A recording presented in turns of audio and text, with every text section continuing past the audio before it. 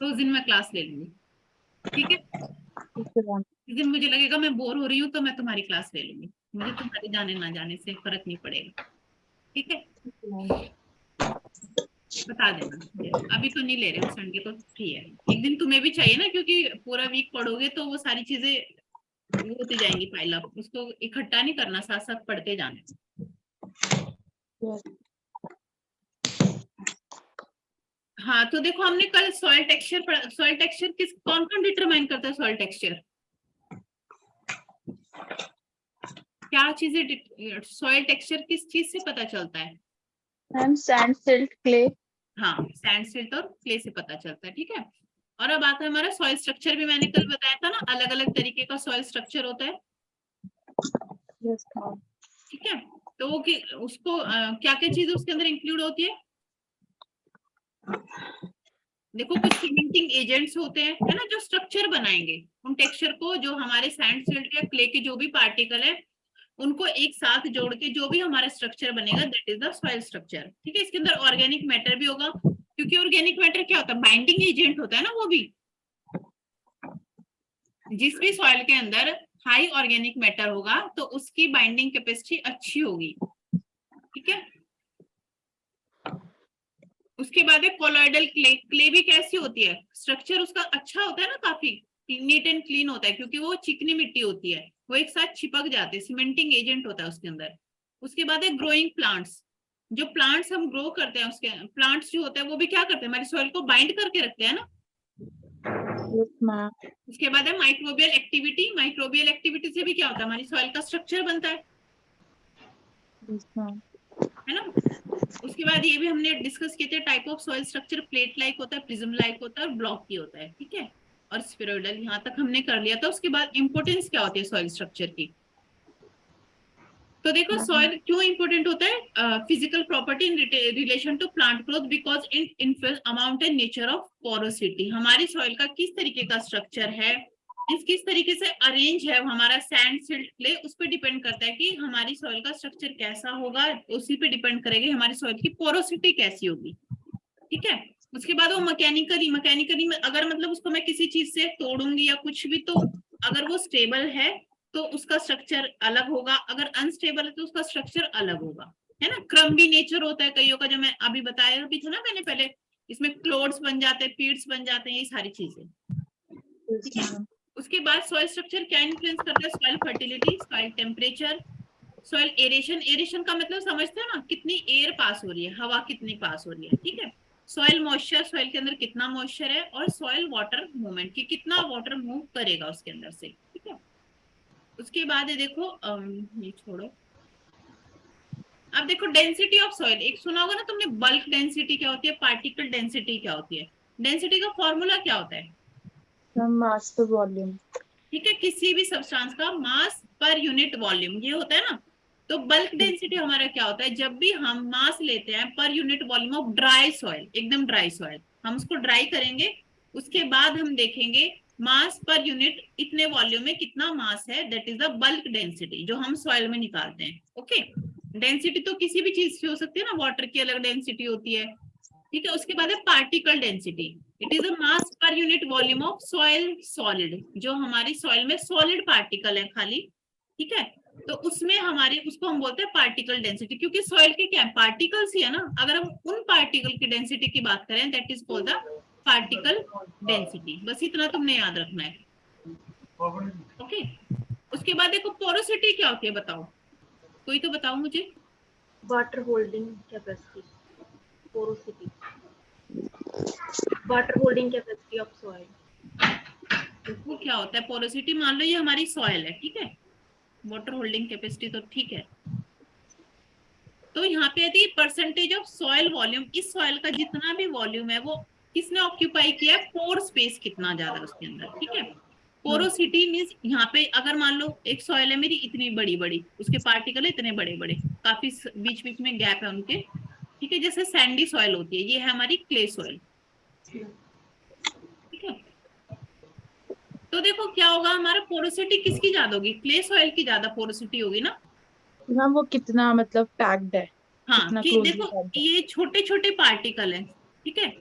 तो यहाँ पे बहुत सारे पोर स्पेस होंगे ना, बहुत सारे होंगे, ठीक है। इसको हम बोलते हैं पोरोसिटी, कि कितने उस वॉल्यूम में, जितना भी मैंने वॉल्यूम लिया है, मान लो मैंने 1 ml वॉल्यूम लिया है, ठीक है, उसमें कितना हमारा क्या है, पोर स्पेस है, उसको हम बोलते हैं पोरोसिटी। और क्ले की हाई पोरोसिटी होती है as compare to sandy soil, ठीक है। जितने ज्यादा पोर होंगे उतना ज्यादा उसके अंदर वाटर क्या रहेगा, वो अपने अंदर उतना ज्यादा वाटर एब्जॉर्ब करेगी ना, ठीक है। और सैंडी सॉइल में क्या है कि पोरोसिटी कम है, तो इसमें तुम पानी डालोगे, जो रेत होता है उसके अंदर पानी डालते हो तो पानी एकदम से नीचे चला जाता है ना।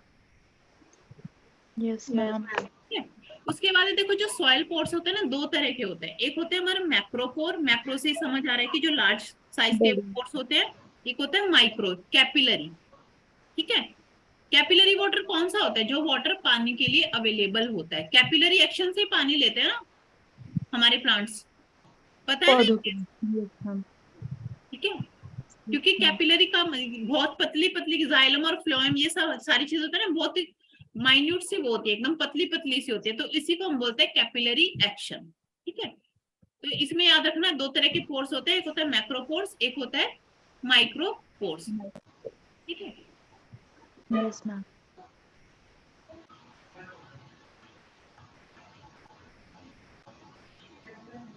उसके बाद है देखो सॉइल कलर। सॉइल में कलर भी होता है, जिसको तुमने कभी शायद पढ़ा भी हो ये चीज, यस मैम। पढ़ा है ना। अब यहाँ पे वो पूरा चार्ट होता है सॉइल के कलर का, ठीक है। उसके बाद ह्यू किसको बोलते हैं हम, डोमिनेंट स्पेशल कलर। कोई भी अगर कोई भी एक जिस जो चीज हमें, जो कलर हमें दिख रहा है, दैट इज अ ह्यू, उसको हम बोलते हैं, ठीक है। उसके बाद है, ये तो रहने दो तुम। अच्छा प्लास्टिसिटी देखो क्या होती है प्लास्टिसिटी। ये ना छोटी छोटी टर्म्स है बेटा, वो मीन्स हो सकता है किसी कोई स्टेटमेंट में ये टर्म आ जाए प्लास्टिसिटी और तुम्हें पता ही ना क्या होती है। तो प्लास्टिसिटी क्या होती है, property of moist soil to be moulded in design shape. तुम्हें पता है ना प्लास्टिक को हम किसी भी शेप में डिजाइन कर सकते हैं, तो वही होता है प्लास्टिसिटी की। हमारी सॉइल के अंदर जब मॉइस्चर है तो उसकी वो प्रॉपर्टी की, जब वो मॉइस्ट है, जब वो गीली मिट्टी है, तो उसको हम कितना दूसरी शेप में डिजाइन कर सकते हैं। तो कौन सी सॉइल में सबसे ज्यादा प्लास्टिसिटी होगी बताओ, क्ले। क्ले में होगी ना, यस मैम। है ना महिमा, समझ आ रहा है बेटा आपको, जी मैम। ठीक है। कोई भी प्रॉब्लम हो तो पूछ लेना। क्योंकि क्ले ओके। देखा है ना, क्ले को हम कैसे कैसे मोल्ड करके, क्ले आर्ट भी होती है, सैंड से तो नहीं कर सकते ना, उसको रोक नहीं सकते।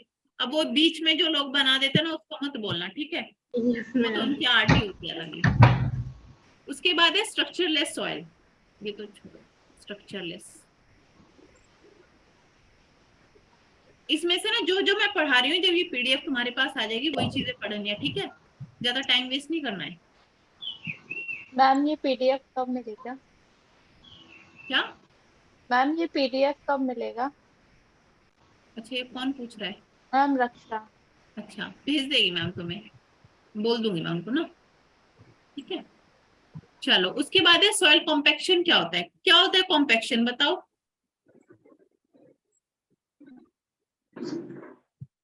कॉम्पैक्ट समझते हो ना कि वो कितना यस ज्यादा, मैम, कितना पास है। हाँ वही होता है सॉइल कॉम्पैक्शन, इतना ही तुमने याद रखना है। उसके बाद है सॉइल कंसिस्टेंसी।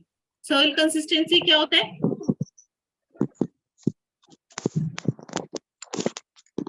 बताओ। अच्छा मतलब मैम डिफरेंट डिफरेंट टेम्परेचर पे या डिफरेंट हाँ वो डिफरेंट। कितना, देखो उसके अंदर कैसा कोहेशन या एडेशन है, मीन्स अगर हम कोई अलग अलग डिफरेंट डिफरेंट उसके ऊपर कोई भी इफेक्ट हो रहा है मान लो, ठीक है, तो वो कितना कंसिस्टेंट है, उसके बीच में किस तरीके के बॉन्ड है। कोहेशन किसके बीच में होता है, दो सेम पार्टिकल के बीच में ना। Yes ma'am. और एडेशन कैसे होता है, दो डिफरेंट पार्टिकल के बीच में जो फोर्स होता है उसको हम बोलते हैं एडेशन, ठीक है। जैसे फेविकोल को बोलते हैं हम एडहेसिव इन नेचर, क्योंकि फेविकोल क्या करता है, दो चीजों को चिपकाता है ना, दो डिफरेंट चीजें होती हैं जो, ठीक है। उसके बाद जो हमारी मेन चीज है वो है सॉइल वाटर। सॉइल वाटर क्या होता है, सॉइल के अंदर कितना % वाटर होता है, 25। 25 होता है ना, बताया था ये मैंने, यस मैम 25%। ठीक है। तो देखो इसके अंदर सॉइल के अंदर अलग अलग तरह का वाटर होता है, ठीक है। तो फिजिकली अगर हम उसको क्लासिफाई करेंगे, एक होता है ग्रेविटेशनल वाटर, एक होता है कैपिलरी वाटर, और एक होता है हाइग्रोस्कोपिक वाटर। ठीक है। बायोलॉजिकली इसका क्लासिफिकेशन करें हम, उसको हम बोलते हैं अवेलेबल वाटर, जिसके लिए हम टर्म यूज करते हैं क्रिसार्ड, इसको लिख लेना। अनेबल अनअवेलेबल होता है इकार्ड, ये शायद तुमने कभी प्रीवियस ईयर में देखा भी होगा। और एक टर्म होती है holard, which is equal to chresard plus इकार्ड।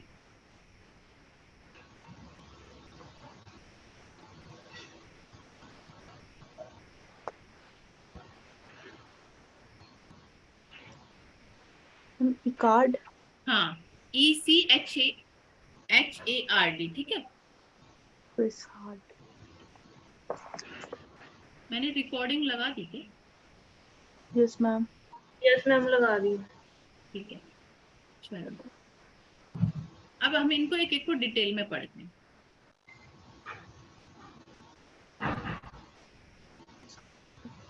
तो देखो, सबसे पहले कौन सा होता होगा ग्रेविटेशनल वाटर, क्या समझ आता है तुम्हें ग्रेविटेशनल वाटर से? मैम जो रेन वाटर होता है ड्यू टू मतलब जियोग्राफी और रेनफॉल की वजह। हाँ, रेनफॉल की वजह से तो होता है। अब देखो बेटा, ग्रेविटेशनल वाटर में सबसे पहले आपको याद रखनी है, it is present in the macropores. Macropores. हाँ, बड़े जो पोर्स होते हैं ना सॉइल के अंदर, दो तरह के पोर्स होते हैं, एक होता है मैक्रो, एक होता है माइक्रो। तो मैक्रो पोर्स में कौन सा वाटर प्रेजेंट होता है? Gravitational water. इसीलिए वो वाटर कैसा होता है, मान लो ये मेरा फील्ड है, यहाँ पे मैंने पानी डाला, तो ये ग्रेविटी की वजह से जो ग्रेविटेशनल फोर्स है वो उसको क्या करेगा, नीचे खींच लेगा उस पानी को। ठीक है। That water is called the gravitational water and that water is unavailable to the plant. ठीक है। ठीक है भाई। Yes ma'am. तो ये भी आपको याद रखना है that it is no use to plant because it occupies the larger pores, और लार्जर पोर में से पानी प्लांट्स हमारे नहीं ले पाते हैं। ठीक है।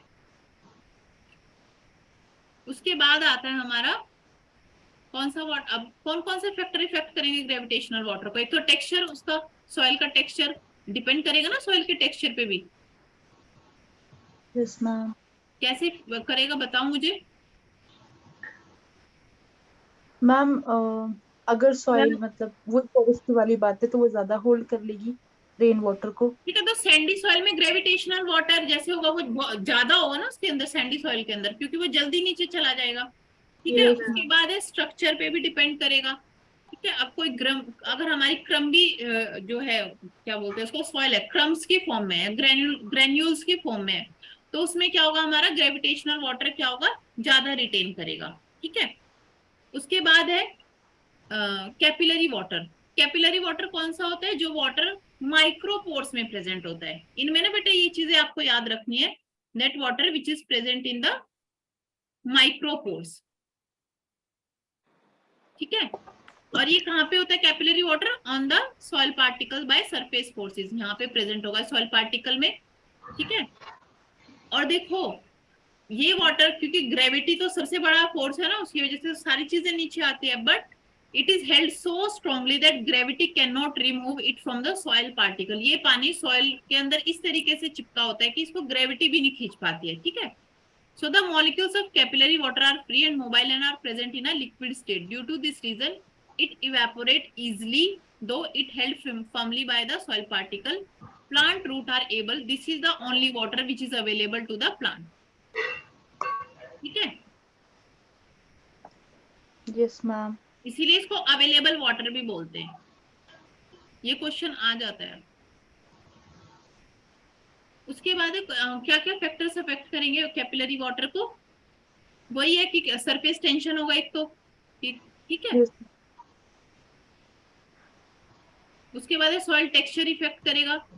सॉइल टेक्सचर के बाद सॉइल स्ट्रक्चर भी इसको इफेक्ट करेगा। ऑर्गेनिक मैटर कितना है उसके अंदर, ऑर्गेनिक मैटर अगर ज्यादा होगा तो हमारा कैपिलरी वाटर भी ज्यादा होगा। ठीक है। तो कैपिलरी वाटर किसके अंदर होता है ज्यादा? क्ले के अंदर ज्यादा होगा ना। Yes ma'am. ठीक है। अभी मैं बताऊंगी कि लेकिन फिर भी क्ले क्यों फर्टाइल नहीं है। ठीक है। उसके बाद है बेटा हाइग्रोस्कोपिक वाटर, थर्ड टाइप का जो होता है वो होता है हमारा हाइग्रोस्कोपिक वाटर। अब देखो ये कौन सा वाटर होता है, that is held tightly on the surface of soil colloidal particle and is known as the hygroscopic water. It is essentially non-liquid and moves primarily in the vapor form. ये liquid की form में नहीं होता। Hygroscopic, hygroscopic का क्या मतलब है, जो देखो मान लो हमारे ये क्या है, सॉइल, सॉइल कॉलॉइड्स क्या होते हैं, क्ले को हम बोलते हैं soil colloid. Clay is a colloidal particle which is present in the soil, ठीक है। तो जो पानी हमारे कोलोइडल पार्टिकल्स पे चिपका होता है उसको हम बोलते हैं hygroscopic. This is also not available to the plant, ठीक है। इसीलिए देखो यहाँ पे लिखा है that it was held so tenaciously by soil particle that plant can not absorb this water, ठीक है।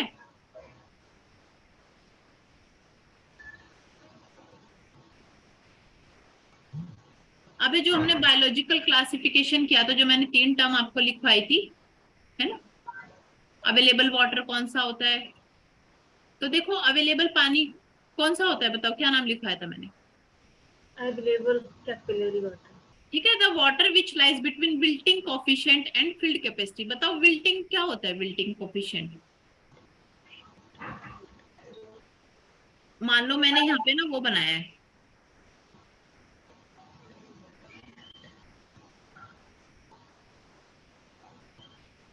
ये फील्ड है कोई भी, ठीक है। एक होता है पानी फील्ड कैपेसिटी। फील्ड कैपेसिटी हम किसको बोलते हैं, जब ग्रेविटेशनल, ग्रेविटी को जितना पानी खींचना था खींच लिया उसने, उसके बाद जो पानी हमारे उसमें भरा रहेगा that is the field capacity. Means उस फील्ड की कितनी कैपेसिटी है पानी लेने की, ठीक है, ओके। और विल्टिंग क्या होता है बेटा, हमारा विल्ट पता है ना, प्लांट्स कब विल्ट हो जाते हैं, जब पानी नहीं मिलता है, मुरझाना, जब पानी की कमी हो जाती है। जो पानी हमारा सॉइल के अंदर अवेलेबल, मीन्स जो पानी हमारे प्लांट्स को अवेलेबल नहीं है तभी तो सूख जाते हैं ना। Yes ma'am. और अगर तुम फील्ड कैपेसिटी, तुमने देखा होगा कि हम कई बार अपने पौधों में ज्यादा पानी डाल देते तो वो क्या हो जाता है, तब भी वो क्या हो जाते हैं, मर जाते हैं ना, यस क्योंकि हम मैम। फील्ड कैपेसिटी से ज्यादा पानी दे देते हैं। तो इन दोनों के बीच में जो पानी होता है that is the available water, ठीक है। So it is obtained by subtracting wilting coefficient from moisture equivalent, कि कितना मॉइस्चर है उसमें से हम विल्टिंग को अगर निकाल देंगे तो हमारा अवेलेबल पानी हमें मिल जाए, ठीक है। उसके बाद है हमारा अनअवेलेबल वाटर। अनअवेलेबल के लिए कौन सी टर्म लिखवाई थी मैंने, ग्रेविटेशनल। ठीक है। तो इसमें हम हाइग्रोस्कोपिक वाटर भी आता है।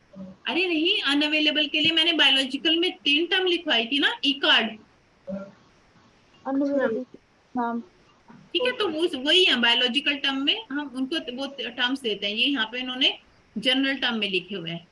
Okay ma'am.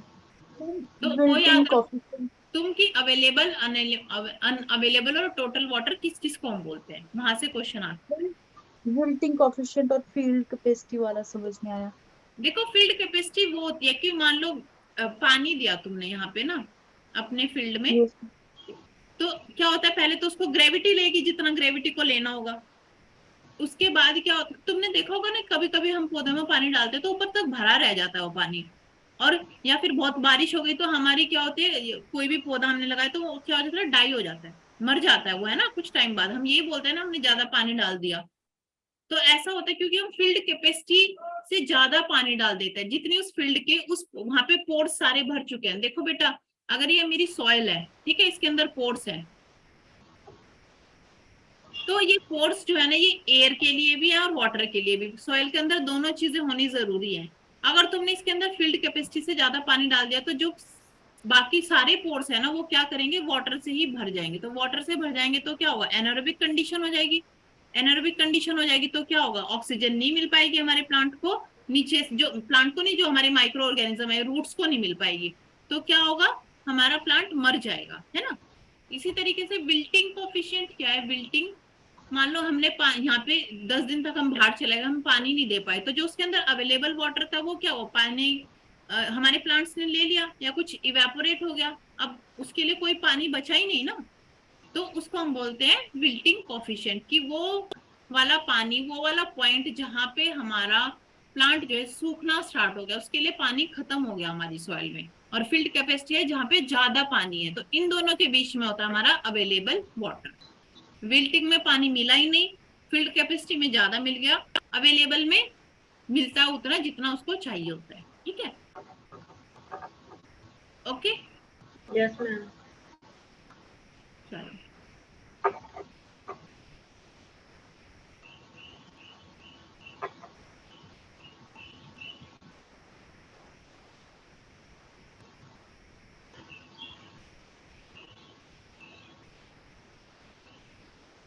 देखो वाटर क्यों मीन्स कैसे रिटेन होता है पानी उसके अंदर, सॉइल के अंदर वाटर के अंदर होती है ना। वाटर की अनयूजुअल प्रॉपर्टी मैंने बताई थी तुम्हें, कोई थी क्या क्या बताई थी, बताया था ना कि वो बाइपोलर इन नेचर होता है। ठीक है, Yes, ma'am. उसके अंदर क्या होता है, सरफेस टेंशन भी होता है।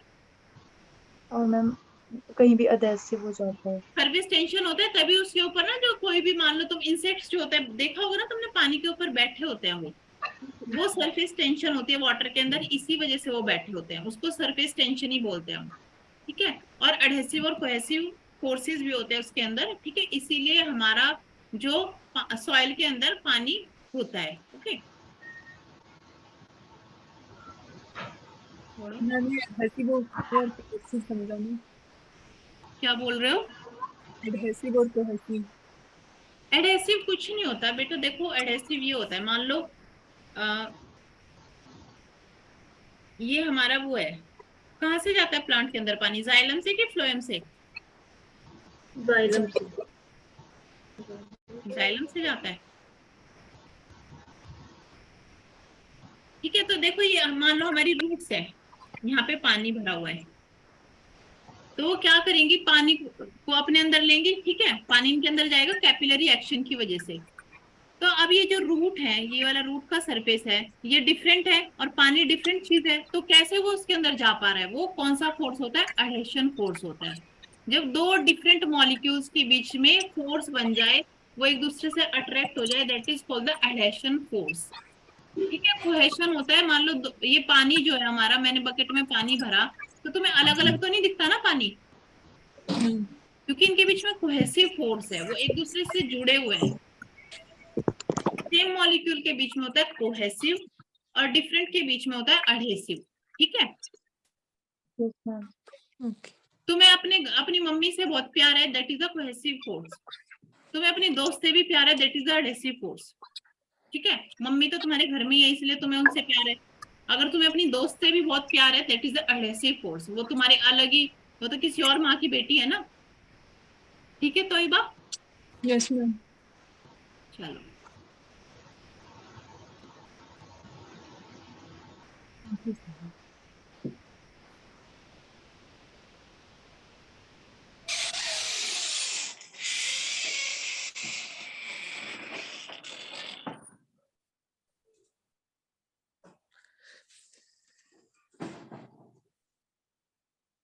अच्छा, अब देखो इनफिल्ट्रेशन, ये सब मैंने शायद बताया भी था तुम्हें, क्या होता है इनफिल्ट्रेशन, बताया था Yes, ma'am.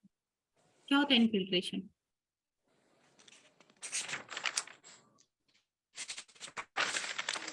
फिल्ट्रेशन होता है सरफेस से ग्राउंड तक वाटर का मूव करना। तुम्हारी आवाज कुछ कम आ रही है तुम लोगों की, पता नहीं। मैम सरफेस से ग्राउंड वाटर मतलब अंदर की तरफ पानी का मूव हाँ, करना, that is infiltration. And what is percolation? Ma'am percolation हो गया अंडर द ग्राउंड, मतलब अंडरग्राउंड ही जो बीच पानी मूव करेगा, हाँ, दैट इज परकोलेशन। ठीक है, तो ये डिफरेंस होता है इनफिल्ट्रेशन और परकोलेशन में, ये चीज को याद रखना, क्योंकि बहुत लोगों को लगता है कि both are same thing, but they both are different. Different. तो इनफिल्ट्रेशन जो है हमारा सरफेस फिनोमिना, मान लो ये सरफेस है मेरा, ये, ठीक है, ये सॉइल का अपर सरफेस है, मैंने यहाँ पे पानी डाला, जब ये पानी इस सॉइल के अंदर जा रहा है यहाँ पे, तो इसको हम बोलेंगे कि पानी इनफिल्टर हो रहा है। यस जब ये पानी अंदर ही अंदर मूव कर रहा है, इसको हम बोलते हैं परकोलेशन। ठीक है, यस मैम। हाँ, ये डिफरेंस पता होना चाहिए। इन ऐसी ऐसी चीजों से क्वेश्चन आते हैं। अब मुझे एक चीज और बताओ, मुझे पूछनी थी तुम लोगों से कि सॉइल फर्टिलिटी और सॉइल प्रोडक्टिविटी में क्या डिफरेंस होता है? ये दोनों एक ही होती है? No ma'am, both are different. क्या होती है? अलग होती है? Yes ma'am. बताओ कैसे अलग होती है? मैम, सॉइल फर्टिलिटी में जो आपके एनपीके है वो कितना, मतलब एसिड्स और जो आपके बेसिक्स है वो कितना बैलेंस प्रेजेंट है। और productivity ma'am nature of soil से।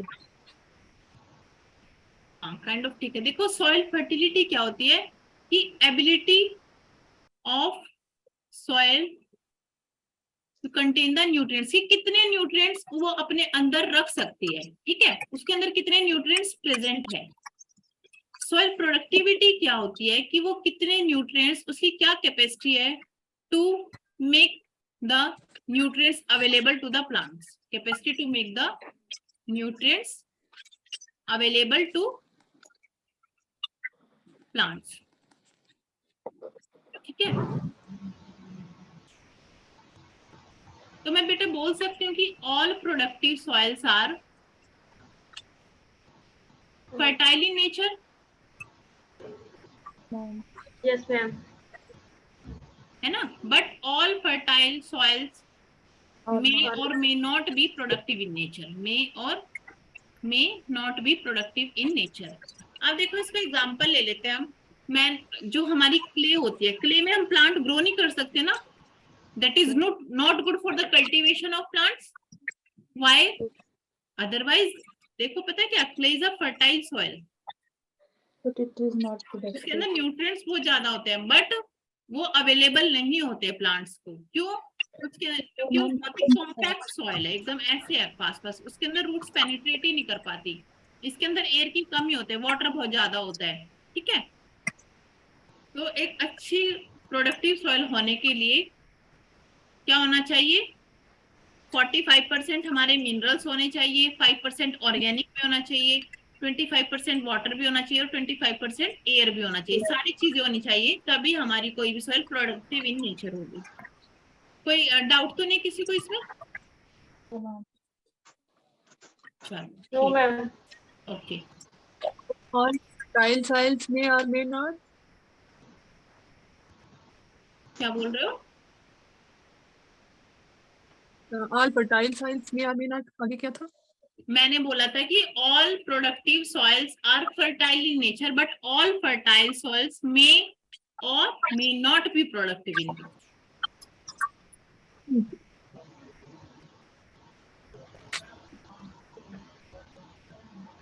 ठीक है। परमेबिलिटी क्या होती है बताओ? Permeability ma'am, ability to pass the water, मतलब किसमें वाटर कितना पास वो हो जाए। इजिली पास हो रहा है, कितना इजिली उसकी मूवमेंट हो रही है वाटर की सॉइल के अंदर, ठीक है। Yes ma'am. और एक और चीज मैंने तुम्हें बताई थी एक दिन की, लीचिंग। क्या वाटर की लीचिंग होती है? मैम वाटर मैम वाटर के लिए लीचिंग वर्ड हम यूज नहीं करेंगे अंटिल उसके साथ सॉलिड नहीं मिल रहा है। हाँ, है ना, ये वर्ड कभी नहीं यूज कर सकते हम कि लीचिंग हो रही है वाटर की। लीचिंग होती है किसी भी सॉलिड की, सॉलिड की। है ना। हम ऐसा बोल सकते हैं कि लीचिंग ऑफ हैवी मेटल, लेकिन कब बोलते हैं लीचिंग हैवी मेटल की? जब हैवी मेटल पानी के साथ मिक्स होकर नीचे जाए, किसी लिक्विड के साथ जब वो फ्लो करे, that is called the leaching of heavy metal, ठीक है। इसमें बड़ा कंफ्यूजन रहता है बहुत सारे स्टूडेंट्स को कि लीचिंग, वो यही सोचते हैं कि पानी नीचे फ्लो कर रहा है, ठीक है। ठीक है तोयबा?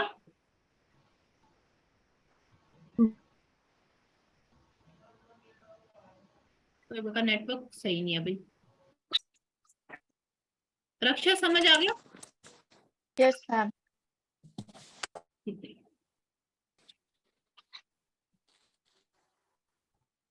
अब देखो ये फैक्टर्स है जो इफेक्ट करेंगे सॉइल वाटर को। पहला तो सभी में यही है कि टेक्सचर से ही डिसाइड होगा कि कितना वाटर उसके अंदर होगा। अगर जितना ज्यादा फाइन टेक्सचर होगा उतना ज्यादा पोर स्पेस होगा, और उतना ज्यादा सरफेस एरिया होगा और उतना ही ज्यादा वो वाटर को रिटेन करेगा। इसका एग्जांपल है क्ले, है ना। क्ले का फाइन टेक्सचर होता है, फाइन होती है ना एकदम, उसमें ज्यादा स्पेस होता है, उसके अंदर ही ज्यादा सरफेस एरिया होगा और उसके अंदर ही वाटर होल्डिंग कैपेसिटी भी क्ले की ज्यादा होती है, ठीक है। उसके बाद है structure well aggregated porous structure favour better porosity which in turn enhance water retention. जिसमें एग्रीगेट्स बने होंगे तो उसके अंदर क्या होगा, हमारा वाटर भी ज्यादा रिटेन होके रहेगा। उसके बाद है ऑर्गेनिक मैटर। हाँ मैम मुझे ना इसमें थोड़ी कंफ्यूजन हो रही है पोर स्पेस वाले में, कि सैंड में ज्यादा पोर स्पेस होते हैं कि क्ले में होते हैं। हम बोल रहे हैं कि पोर स्पेस ज्यादा होते हैं क्ले में, और साथ में हम बोल रहे हैं कि क्ले जो है वो कंपैक्ट होती है। हाँ, तो इसमें कंफ्यूजन रहता है। देखो बेटा, ये ना छोटे छोटे पार्टिकल है, यस मैम। ठीक है। ये वो इतना ही वॉल्यूम मैंने क्ले का लिया, इतना ही वॉल्यूम मैंने सैंड का लिया, ठीक है। Yes ma'am. अब तुम ही बताओगी मुझे कि किसमें ज्यादा पोर स्पेस है। ये इस तरीके से है वो, ठीक है। ये है मेरी सॉइल, बड़े बड़े पार्टिकल है। अब हम पोर्स काउंट करेंगे। यहाँ पे देखो, एक पोर ये हो गया, 2 3 4 5 6 7 8 9 10। यहाँ पे काउंट करेंगे हम, इन दो के बीच में एक हो गया, 2 3 4 5 6, यहाँ पे तो 10 हो गए थे, यहाँ 6 हुए, तो किसमें ज्यादा है। क्ले में मैम। ये जो है ये पोर नंबर बोलेंगे ना हम, जो जितना वो है उसको बोलेंगे पोर स्पेस। मैं समझ रही थी कि जो बीच में स्पेस है बिटवीन द टू पोर, उसको हम बोल रहे हैं पोर स्पेस। जैसे जैसे आपने सेकंड वाला बनाया, वहां पे पोर स्पेस ज्यादा है, फर्स्ट वाले सारे जुड़े जुड़े हैं ना पार्टिकल। हाँ इसमें देखो, लग रहा जुड़े है जुड़े का कि मतलब देखो ये नहीं होता क्ले में बिल्कुल की बहुत छोटा छोटा सा वो होता है इनके बीच में ना स्पेस। हम यही है, नंबर ही देखते हैं कि वॉल्यूम कितना ऑक्यूपाई कर रखा है ना। Okay ma'am. काउंट मैंने तो यहाँ पे काउंट करके तुम्हें समझाने के लिए, लेकिन हम वॉल्यूम देखते हैं कि कितना वॉल्यूम ऑक्यूपाई कर रखा है उसने, ठीक है। उसको हम बोलते हैं पोरोसिटी, तो इसकी ज्यादा पोरोसिटी है ना। Yes ma'am. पोरोसिटी तो ठीक समझ आ रहा है, पोर हाँ, स्पेस के साथ मुझे थोड़ा हो रहा है। और ये जो पोरस हमने बोला है ना, जो पोरस हाँ। है, अब इसने बोला वेल एग्रीगेटेड, जिसके अंदर एग्रीगेट्स बने होंगे, जो सॉइल एक साथ इकट्ठी हो रखी होगी, जो हमने बोला था ना कि क्रम होते हैं, जो हम प्लफिंग भी करते हैं, जो प्लोइंग करते हैं अपने उसकी खेतों की। एक यस मिट्टी बिल्कुल ऐसी है, कभी हमने उसको खोदा ही नहीं है, ठीक है। और एक इस तरीके से, तो कौन सी ज्यादा पोरस होगी, ये ज्यादा पोरस होगी ना बेटा, Yes. Yes ma'am. ठीक है। पोरस और पोरोसिटी में कंफ्यूज नहीं होना है, ओके मैम। ठीक है। Yes ma'am. पोरस का मतलब है कितना एरेशन हो रहा है उसके अंदर, ओके मैम। ठीक है। चलो उसके बाद है this one organic matter. Organic matter जिसके अंदर ज्यादा होगा, वही वाली सेम बात है, क्योंकि ऑर्गेनिक मैटर भी उसी की तरह होता है कि वो हमारे वाटर को होल्ड करके रखता है। ऑर्गेनिक मैटर बहुत अच्छा होता है ना सॉइल के लिए। Yes ma'am. Fine fine particle होता है ऑर्गेनिक मैटर भी, सॉरी, क्योंकि ह्यूमस की फॉर्म में होता है ना ऑर्गेनिक मैटर, जो बहुत फाइन होता, मीन्स वो एकदम डिग्रेडेड डिकम्पोज्ड फॉर्म में होता है, ठीक है। उसके बाद है टेम्परेचर। अगर हमारा टेम्परेचर कम होगा, higher is the moisture retention, उसके अंदर ज्यादा हमारा मॉइस्चर रिटेन रहेगा, मॉइस्चर बना रहेगा, ये तो बात है। उसके बाद है सॉल्ट कंटेंट। अगर हमारा सॉल्ट कंटेंट होगा सॉइल में ज्यादा, देन कम वाटर अवेलेबल होगा हमारे प्लांट्स को, इसीलिए सैलाइन सॉइल अच्छी नहीं होती है, क्योंकि उनके अंदर ज्यादा सॉल्ट्स हैं, है ना। Okay ma'am. देखो क्यों ये चीज होगी, मान लो मेरी ना ये कोई भी सॉइल है बेटा, इसके अंदर सॉल्ट्स भी है और पानी भी है, मैं एग्जांपल लेके बता देती हूँ। और एक सॉइल मेरी इस तरीके की है, यहाँ पे एक एग्जांपल मैंने यहाँ पे लिया, ये सॉइल है, यहाँ पे पूरा पानी है, मतलब सॉल्ट्स एक दो ही है। तो ये प्लांट है ऊपर, इसमें भी प्लांट है जिसके अंदर सॉल्ट्स मेरे ज्यादा है। तो मुझे ये बताओ कि किसमें उसको ज्यादा एनर्जी लगेगी पानी खींचने में।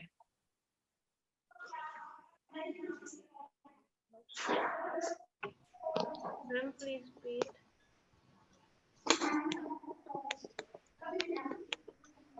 ऑस्मोटिक पोटेंशियल पता है आप लोगों को क्या होता है।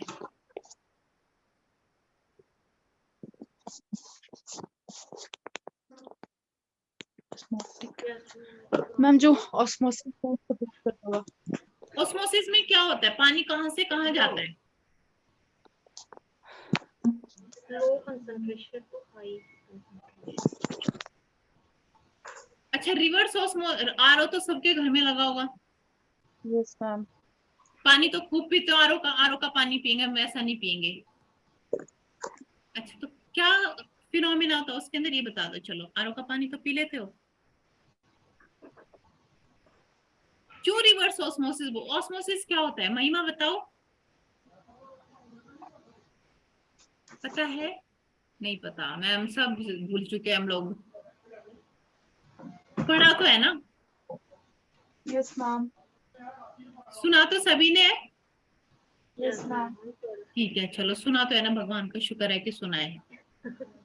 चलो भाई, ऑस्मोसिस हम देखो, ऑस्मोसिस क्या होता है, जिसमें हायर कंसंट्रेशन, जहां पानी की हायर कंसंट्रेशन होती है वहां से लोअर कंसंट्रेशन की तरफ जाता है। जैसे कि इसके अंदर जाता है, यहाँ पे मैंने बोला कि वाटर की हायर कंसंट्रेशन है, तो ये इजिली पानी को ले लेगा ना। मैम मैं बोल रही थी कि साल्ट की लो कंसंट्रेशन होगी वहां से, जहाँ साल्ट की साल्ट की लो कंसंट्रेशन से वहां मूव करेगा जहाँ साल्ट की कम कंसंट्रेशन होगी। मेरा उल्टा कहने का मतलब है।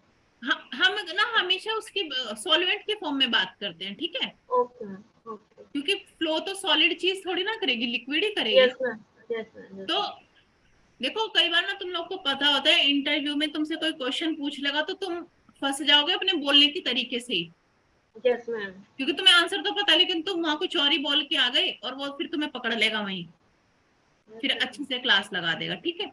तो बेटा सभी लोग इसको समझ लो। पहले ऑस्मोसिस होता है कि हमारा हायर वाटर जहाँ पे होता है वहां से लोअर की तरफ भाग के फ्लो करेगा ना, वो जहाँ ज्यादा पानी है वहां से कम की तरफ जाएगा। रिवर्स ऑस्मोसिस में क्या होता है, जो तुम्हारे घरों में लगा होता है वो क्या करता है, यहाँ पे क्या है, पानी की लोअर कंसंट्रेशन है क्योंकि इसके अंदर इम्प्यूरिटीज भी है। Yes ma'am. ये हायर की तरफ जाता है ना, तभी तो इसमें प्रेशर लगता है अंदर, फोर्स लगता है उस मेम्ब्रेन से उसको अंदर उधर भेजने के लिए, ठीक है? तभी तो इलेक्ट्रिसिटी का यूज हो रहा है सारी चीजों का। मेरी बात समझ आ रही है आप लोगों को? Yes ma'am. ठीक है, तो जो डे टू डे लाइफ में चीजें देखते हो ना, उनको सोचा करो कि ऐसा क्या हो रहा है।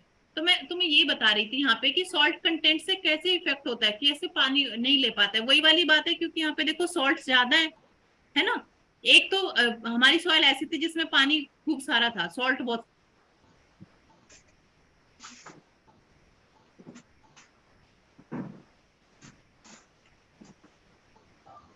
है ना। तुम लोग की मुझे तो गर्दन भी नहीं दिख रही, पता नहीं क्या होगा, या मेरा नेटवर्क अनस्टेबल है क्या, ये दिखा रहा है।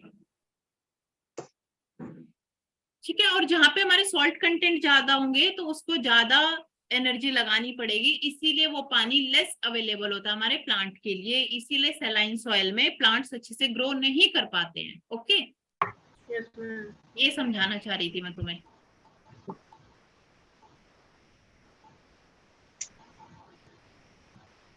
ठीक है बेटा, एग्जाम में ना ऐसी कॉन्सेप्चुअल क्वेश्चन आएंगे और तुम्हें जहाँ पे सोचना पड़ेगा, जब मैं एक दो पीवाईक्यू कराऊंगी भी ना तो तुम्हें समझ आ जाएगा कि क्या चीजें हैं सारी, ठीक है? उसके बाद है देखो, डेप्थ ऑफ द सॉइल पे भी डिपेंड करता है सॉइल वाटर। ज्यादा डेप्थ होगी तो क्या होगा, ज्यादा पानी हमारा अवेलेबल होगा प्लांट को, ठीक है? क्योंकि हमारा जो ग्राउंड वाटर से पानी लेते हैं ना, हमारे ऊपर से तो हम डालते ही डालते हैं, लेकिन कई ऐसी जगह है जहाँ पे फॉरेस्ट एरिया, क्या तुम वहां पानी देने जाते हो कभी? नो ठीक है। मैम। उसके बाद है type of clay, the 2:1 type of clay increases the water retention in the soil. जो मैंने क्ले के टाइप तुम्हें करा दी क्या, क्ले मिनरल्स हमने पढ़ लिए, मोंटोमोलाइट, इलाइट, केओलाइट नो पढ़ा है? Ma'am, no no. कोई बात नहीं, वो मैं पढ़ा दूंगी, ठीक है? चलो, उसके बाद है सॉइल लेयर। अब हमने वाटर की बात कर ली थी, अब एयर, क्या एयर प्रेजेंट होती है सॉइल के अंदर? Yes ma'am. कौन सी एयर प्रेजेंट होती है? मैम जो सेम एटमॉस्फेयर में होती है ना, वही।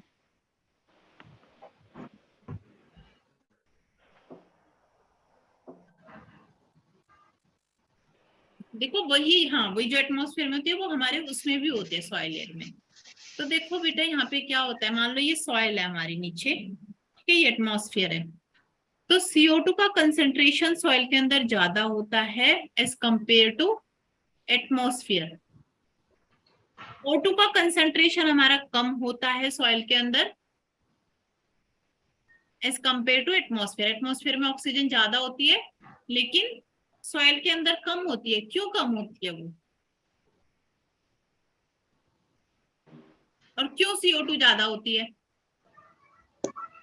हम CO2 बिकॉज वहां पे डिकम्पोजिशन होता है ना, क्योंकि देखो CO2 नीचे हमारे अगर लिविंग ऑर्गेनिज्म भी है तो वो क्या कर रहे हैं, रेस्पिरेशन कर रहे हैं ना। Yes ma'am. और ऑक्सीजन क्यों कम है नीचे, फोटोसिंथेसिस तो हो नहीं रही है, वो तो ऊपर हो रही है फोटोसिंथेसिस एटमॉस्फेयर में। सॉइल के नीचे तो फोटोसिंथेसिस नहीं चल रहा ना, वहां पे तो सनलाइट पेनिट्रेट नहीं कर पाती, तो ऑक्सीजन वहां पे नहीं बन पाता। जो थोड़ा बहुत ऑक्सीजन आता है वो कहाँ से आता है, एटमॉस्फेयर से एक्सचेंज होके आता है, क्योंकि गैस है वो एक्सचेंज तो होगी। यस तो मैम। इस वजह से क्या होता है, CO2 का कंसंट्रेशन ज्यादा होता है। Why? Because the micro organism which are present in the soil they do the respiration process, and respiration में हमें पता है कि क्या होता है, CO2 रिलीज होता है और ऑक्सीजन, पता है ना रेस्पिरेशन तो भाई। Yes ma'am. क्योंकि मैंने एक बार कहाँ पूछा था, ऑफलाइन या ऑनलाइन क्लास में पूछा था रेस्पिरेशन, वहां पे भी कुछ अलग ही जवाब दिए थे बच्चों ने ना। ठीक है, तो रेस्पिरेशन पता है ना, तो बार क्या होता है तोइबा, बताओ रेस्पिरेशन क्या होता है, पता है? या फोटोसिंथेसिस बताओ, फोटोसिंथेसिस में क्या होता है?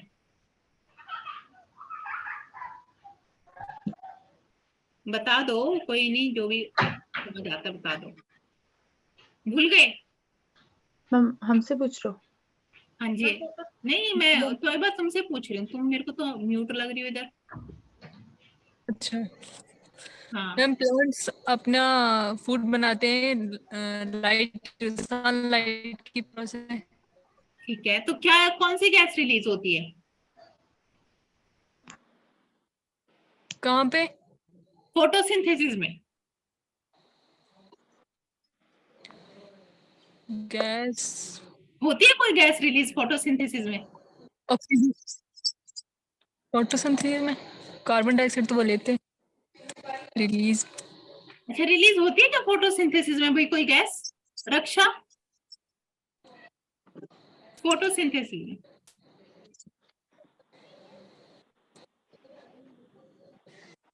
तो देख, चलो, जो रेस्पिरेशन होता है, प्लांट भी रेस्पायर करते हैं ना, सांस लेते हैं। Yes yes ma'am. किस चीज का सांस लेते हैं, वो ऑक्सीजन लेते हैं, कार्बन डाइऑक्साइड। वो कार्बन डाइऑक्साइड लेते हैं, और हम ऑक्सीजन लेते हैं। ऑक्सीजन। ठीक है, बच्चे कंफ्यूज नहीं होना है, यहाँ ऐसे क्वेश्चन आते हैं 11th-12th की बुक से भी क्वेश्चन आते हैं, एनटी के एग्जाम में ज्योग्राफी के स्पेशल क्वेश्चन आते हैं। और यस मैम। तो मैं क्या बता रही थी कि याद रखना, CO2 की कंसंट्रेशन ज्यादा होती है सॉइल के अंदर और O2 की कंसंट्रेशन कम होती है यस मैम। सॉइल में। ठीक है, मैंने रीजन बता दिया, क्योंकि प्रीवियस ईयर में क्वेश्चन आया हुआ था, वहां पे ये पूछा हुआ था कि CO2 की कंसंट्रेशन क्या एटमॉस्फेयर से ज्यादा होती है सॉइल में? यस होती है, लेकिन उन्होंने रीजन बोला था कि जो एटमॉस्फेयर में ऑटोमोबाइल वगैरह से जो CO2 रिलीज होती है वो सिक्वेस्टर होके सॉइल के अंदर जाती है, इस वजह से उसकी कंसंट्रेशन ज्यादा है। बट ये कोई करेक्ट रीजन नहीं है। कार्बन सिक्वेस्ट्रेशन पता है ना आप लोगों को? Yes ma'am. ठीक है, जो कार्बन को कैप्चर कर ले। ठीक है, तो सबसे ज्यादा ओशियन कैप्चर करते हैं, उसके बाद सॉइल और ये। ठीक है, देखो एक कार्बन डाइऑक्साइड का सीरीज है, शायद ये इसमें अगर हम कार्बन की बात करें तो ये सीरीज होता है, और ओशन जब CO2 की बात करें तो फॉरेस्ट पहले आता है और ये सॉइल आता है। ये बुकलेट में भी दिया हुआ है, इसको वो करना है एक बार ना, क्या बोलते हैं इसको, टैली करना। ठीक है भाई, तो सबसे ज्यादा क्या करता है, कार्बन कौन लेता है, CO2 है या कार्बन है? तो ओशन सबसे ज्यादा लेते हैं, ये दिमाग से निकाल देना कि फॉरेस्ट लेते हैं। Okay ma'am. ठीक है, चलो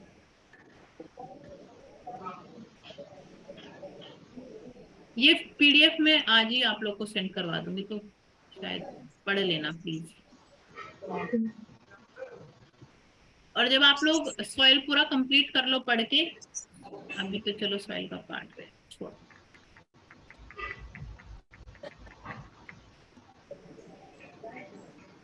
देखो अब क्या क्या फैक्टर्स अफेक्ट करते हैं सॉइल को। अच्छा वो तो तुम दीक्षा कल पेपर 1 का पूछ रही थी ना, तो पेपर 1 की भी ना ऐसा ऑनलाइन क्लासेस अवेलेबल हैं, तो आप अकेडमी में बात कर लेना, ठीक है। ठीक है मैम। तो अगर आप लोगों को लेनी है तो वहां से आप लोग को अवेलेबल हो जाएंगी, ठीक है। Yes ma'am.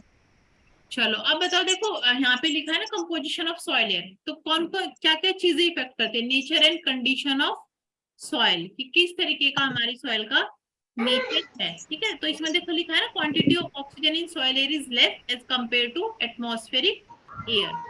तो अमाउंट ऑफ ऑक्सीजन किस पे डिपेंड, जैसे जैसे हम नीचे जाते जाएंगे ना तो ऑक्सीजन क्या होता जाएगा, कम होता जाएगा ना, yes ma'am, and CO2 increase क्योंकि होता है। सरफेस पे तो फिर भी थोड़ी बहुत सॉइल मिल जाएगी ऊपर अगर हम देखेंगे, क्योंकि वो एटमॉस्फेयर से एक्सचेंज हो रही है, लेकिन नीचे नहीं मिलेगी, ठीक है। उसके बाद है टाइप ऑफ क्रॉप, किस तरीके की क्रॉप तुम्हारी सॉइल में लगी हुई है, उस पे भी डिपेंड करता है कि उस सॉइल के अंदर हमारी CO2 होगी या नहीं होगी, ठीक है। अगर कोई खाली मतलब वो पड़ा है लैंड एरिया है, ठीक है, और एक पे क्रॉप लगी हुई, तो कहाँ पे CO2 का कंसंट्रेशन ज्यादा होगा, मैम जहाँ लगी हुई। है ना। एक पे क्रॉप्स लगी है, एक फैलो लैंड है जो खाली लैंड है, तो CO2 की कंसंट्रेशन यहाँ पे ज्यादा होगी ना बेटा, यस मैम। क्योंकि यहाँ पे प्लांट्स लगे हुए हैं, यस यहाँ पे मैम। माइक्रो ऑर्गेनिजम्स भी होंगे, यस मैम। यहाँ पे तो कुछ भी नहीं होगा, जो बंजर जमीन है, बैरन लैंड जिसको हम बोलते हैं, है ना। Yes ma'am. ओके उसके बाद है बेटा माइक्रोबियल एक्टिविटी पे भी डिपेंड करती है हमारी इसकी कंसंट्रेशन, ये तो मैंने अभी बता ही दिया कि किस तरीके से करती है। उसके बाद है सीजनल वेरिएशन। अच्छा देखो अब यहाँ पे लिखा हुआ है कि quantity of oxygen is usually higher in dry season than during the monsoon, ऐसा क्यों। इन्होंने बोला है कि सॉइल के अंदर ऑक्सीजन जितनी भी होती है उसकी क्वांटिटी ड्राई, जब रेनफॉल नहीं हो रही है तब ज्यादा है कंपेयर टू मॉनसून, क्यों। क्योंकि मैम रेन है तो वाटर जाएगा, तो हाँ एयर तो के लिए हमारी स्पेस कम कर। उसको कम कर देगा और एटमॉस्फेयर से एक्सचेंज नहीं हो पाएगा, ठीक है। तो यही रीजन होता है सीजनल वेरिएशन का। Yes ma'am.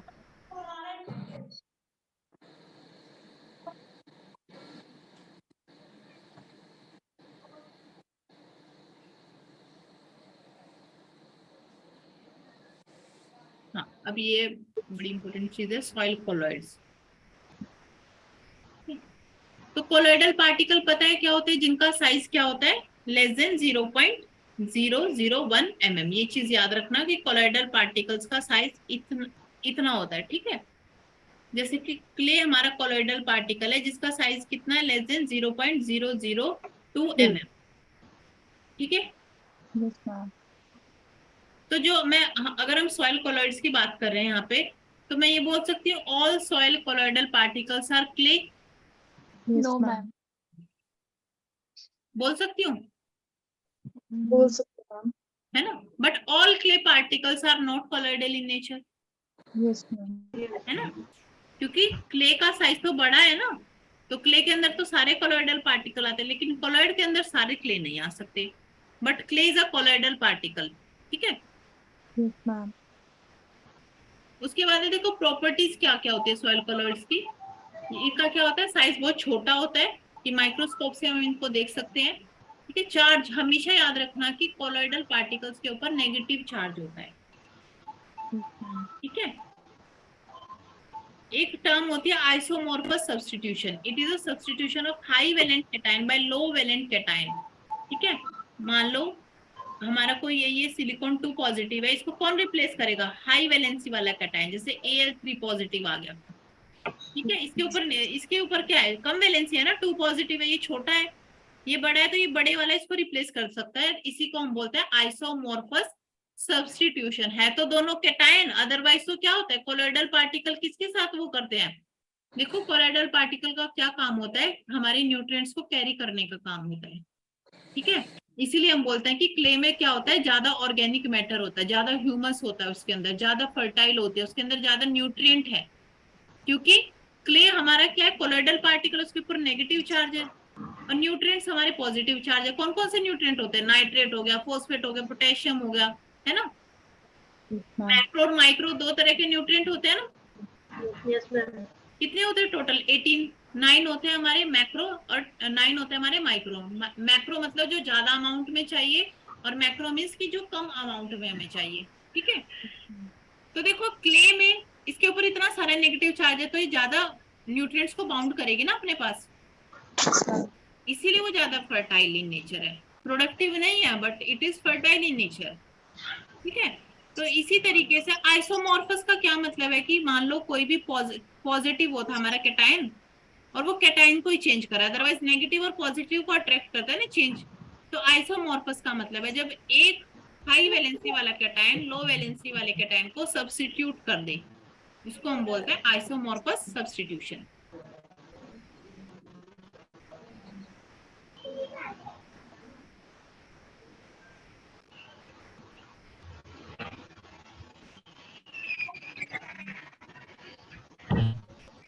देखो अब एड्सॉर्प्शन ऑफ कैटायन जो अभी हम बात कर रहे थे कि क्या करते हैं clay particle, it is a crystal unit of colloidal complex which, आप लोग को दिख रही है ना कि जूम करने की जरूरत है।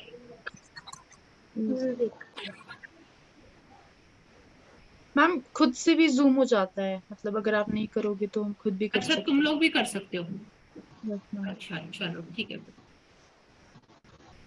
चलो भाई, तो देखो कैसे करेंगे हम। एड्सॉर्प्शन ऑफ कैटायन का क्या मतलब है, it is a crystal unit of colloidal complex which act as a large anion. Anion कैसा चार्ज होता है, नेगेटिव ना। तो सॉइल colloid just behave like clay vessel and absorb number of cation। जो अभी मैं ऊपर बात बता रही थी ना, क्ले विजल किसको बोलते हैं कि कैटायन वो क्ले जो होता है उसके ऊपर नेगेटिव चार्ज होता है, वो कोलोइडल पार्टिकल की तरह बिहेव करता है और अपने ऊपर वो बहुत सारे कैटायन, इनको हम न्यूट्रिएंट बोलते हैं, ठीक है। तो इन न्यूट्रिएंट्स को अपने ऊपर क्या कर लेगा, ये पॉजिटिव है तो नेगेटिव के साथ क्या बनाएगा, बॉन्ड बनाएगा ना। तो इस तरीके से अवेलेबल होते हैं।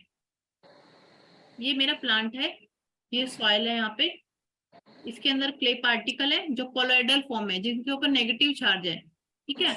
यहाँ पे मेरे न्यूट्रिएंट्स भी है, या तो मैंने फर्टिलाइजर के थ्रू डाले हैं, लेकिन इसमें नेचुरली भी प्रेजेंट होते हैं ना सॉइल के अंदर न्यूट्रिएंट्स, क्योंकि रॉक से जो मिनरल्स आते हैं ये पॉजिटिव उसमें है, तो ये इसके साथ क्या बना लेंगे, इसके साथ जाके चिपक जाएंगे पूरा, ठीक है। तो इस तरीके से हमारे न्यूट्रिएंट को इसने बाइंड करके रख लिया क्ले ने, इसीलिए क्ले का। और इसी तरीके से हमारा ह्यूमस भी एक कोलॉइडल पार्टिकल है, ह्यूमस जो होता है, ठीक है। वो भी क्या करता है, इसीलिए वो अच्छा होता है, ऑर्गेनिक मैटर या ह्यूमस जितना भी प्रेजेंट हो ना सॉइल में, तो वो अच्छा होता है क्योंकि वो न्यूट्रिएंट्स को बाइंड करके रखता है, पानी को भी बाइंड करके रखता है, जिससे कि हमारी जो रूट्स हैं प्लांट की वो उसको क्या कर सके, टेक कर सके, ठीक है। उसके बाद है एड्सॉर्प्शन ऑफ वाटर मॉलिक्यूल। ये हम क्ले की कोलॉइडल पार्टिकल की प्रॉपर्टी पढ़ रहे थे ना अभी। उसके बाद है देखो स्वेलिंग एंड श्रिंकेज। ये तुम्हें पता ही है कि जो ये होती है हमारी क्ले, क्या होती है इसके अंदर स्वेल करने की और श्रिंक करने की कैपेबिलिटी होती है क्रैकिंग साउंड आ रही है। देखो क्ले का ना वहां पे भी यूज होता है, इतना मतलब स्वेल करती है ये। मान लो जैसे कहीं पे भी ना कोई वो कर रहे हैं, ड्रिलिंग कर रहे हैं, ठीक है। तो जैसे आज ड्रिलिंग का काम खत्म हो गया, इतना बड़ा होल किया है, तो वो चाहते हैं कि वापस से बंद ना हो जाए, तो यहाँ पे ना पूरा क्ले लगा देते हैं, जिससे कि ये स्वेल होकर उसको और बड़ा करता रहे। ये यूज होता है कहीं ना कहीं, ठीक है। इसके अंदर स्वेलिंग प्रॉपर्टी होती है, ये चीज को याद रखना। उसके बाद क्या करते हैं हमारे डिस्पर्शन और डीफ्लोक्युलेटिंग। डीफ्लोक्युलेटिंग का मतलब क्या होता है, जो फ्लॉक्स बने हमारे उनको ब्रेक करना, ठीक है। Yes ma'am.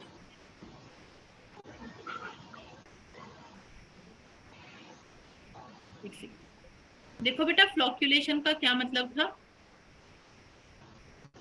फ्लॉक्युलेशन हमारी सॉइल के लिए अच्छा होता है, फ्लोक्यूलेशन मीन्स कि उसने फ्लोक्स के फॉर्म में बना दिया सॉइल को, इस तरीके से बना दिया। अब इस तरीके से सॉइल बन जाएगी तो अच्छा एरेशन होगा ना, इसके अंदर एयर अच्छे से पास हो पाएगी।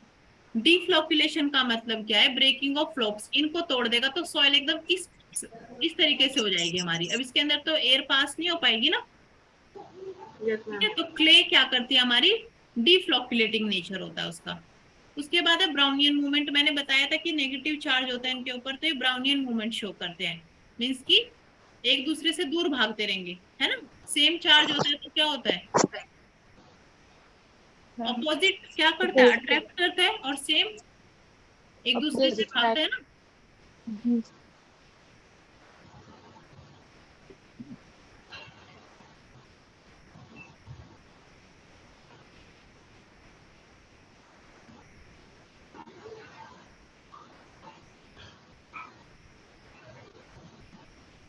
हाँ देखो, ये एडहेशन और कोहेशन की यहाँ पे डेफिनेशन भी लिखी है डायरेक्टली।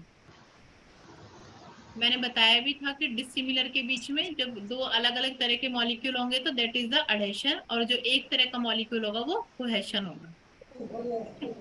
उसके बाद है non permeability. Colloidal particles are very fine in size even though their molecules are of larger size than solid molecules, thus only solid molecule can। ये कोलोइडल पार्टिकल कभी भी परमिएबल मेम्ब्रेन, जो मेम्ब्रेन हम लगाते हैं ना, उससे पास नहीं होते, कभी भी रुक जाते हैं, ठीक है। मैम किसी का अनम्यूट है तो डिस्टरबेंस हो रहा है, आवाज आपकी आ नहीं रही है प्रॉपर। अच्छा भाई, म्यूट कर लो सब लोग। शीतल म्यूट कर लो तुम भी।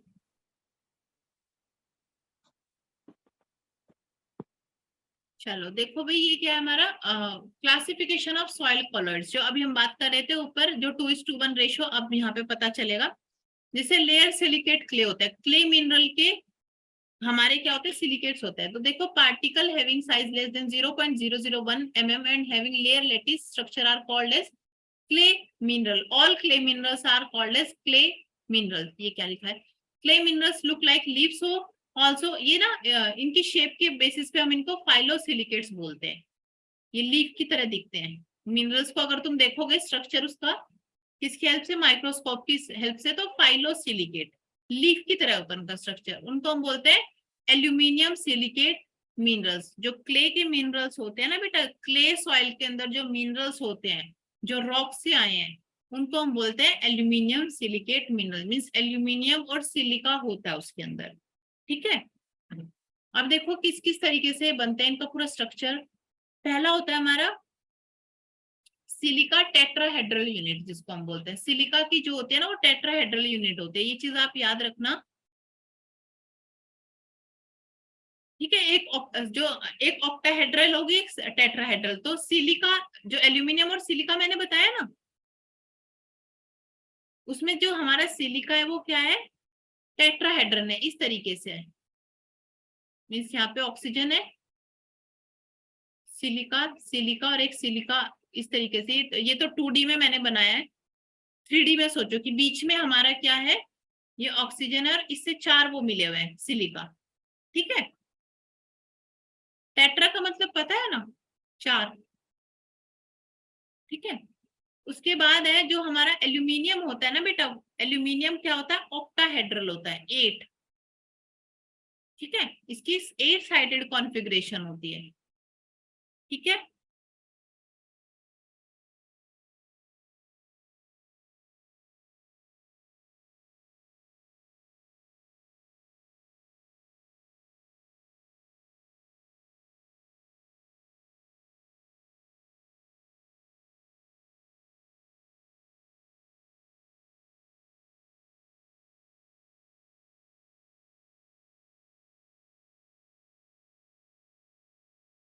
ठीक है, तो देखो इसका एक एग्जांपल भी दे रखा है, ब्रूसाइट। यहाँ से ना शायद एक बार प्रीवियस ईयर में क्वेश्चन आया हुआ है। तुम लोग पता नहीं प्रीवियस ईयर के क्वेश्चंस लगा रहे हो नहीं लगा रहे हो।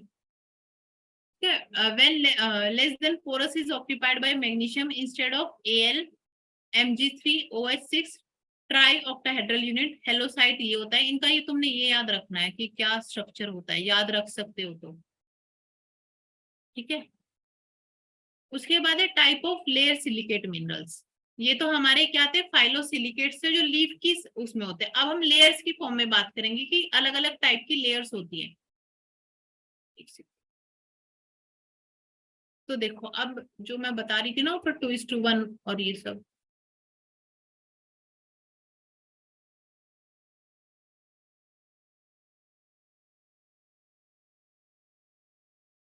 तो देखो सबसे पहला होता है हमारा केओलिनाइट, जिसमें 1:1 होता है इसका रेशियो। ये चीज याद रखनी है दैट इट इज 1:1। ठीक है, 1:1 का क्या मतलब है बेटा, देखो 1 silica tetrahedral sheet topped by 1 aluminium octahedral sheet. इस तरीके से बना होता है। ये सिलिका है यहाँ पे एल्यूमिनियम आ जाएगा, फिर सिलिका आ जाएगा, फिर एल्यूमिनियम आ जाएगा। इसका ये मतलब है 1:1 का कि एक सिलिका की लेयर है, एक एल्यूमिनियम की लेयर है। सिलिका हमारा क्या था, टेट्राहेड्रल था। ये तो हमने 2D में बनाया, इनका अलग ही स्ट्रक्चर होता है। और एल्यूमिनियम क्या होता है, ऑक्टाहेड्रल शीट होता है। ठीक है, उसमें उसको हम बोलते हैं केओलिनाइट। ठीक है, और इसमें क्या होता है, which is fix type because oxygen और hydroxyl ion are linked with silica and aluminium by oxygen bonding and one structure unit is attached to one by hydrogen bonding. Means की मान लो ये एक है हमारा सिलिका, ये एल्यूमिनियम, फिर इसी तरीके से दूसरी यूनिट होगी सिलिका और एल्यूमिनियम। तो इन दोनों के बीच में क्या होगा, हाइड्रोजन बॉन्ड होगा। ठीक है, और ये कहाँ मिलेगा ये वाला मिनरल आपको, एल्फी सोल्स या फिर रेड सॉइल के अंदर।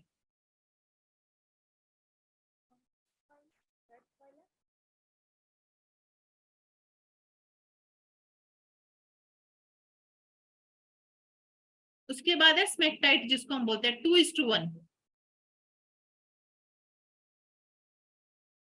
ठीक है, 2:1 होता है स्मेक्टाइट।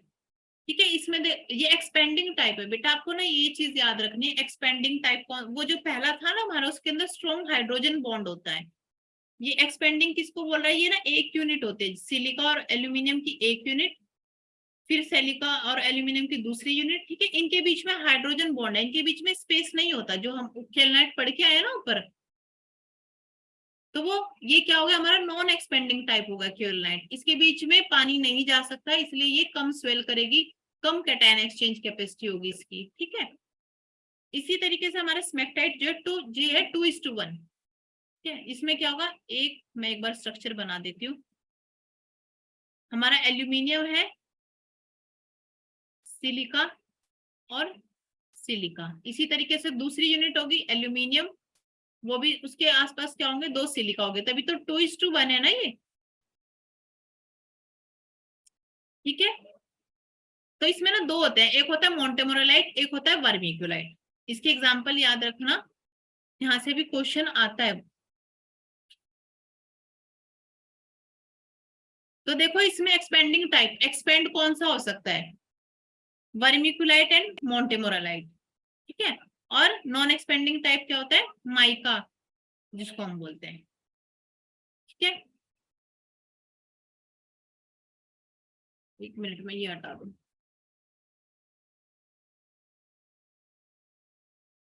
तुम एक्सपेंडिंग और नॉन एक्सपेंडिंग का मतलब समझ आ रहा है ना।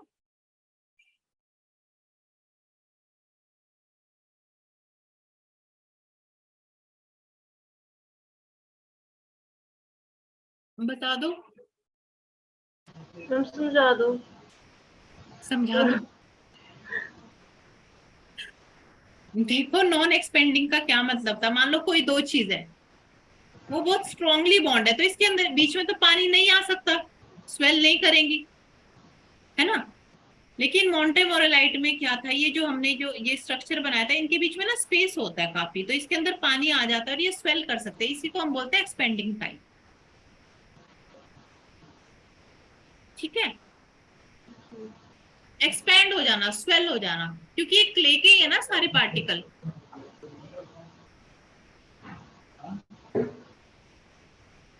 ठीक है शीतल, तुम्हारी शक्ल आज आंखें दिख रही है मुझे। हाँ, तो पूरा फेस नहीं दिखता ना, तो हाँ, तो एक बार समझ आ रहा है बेटा। यस,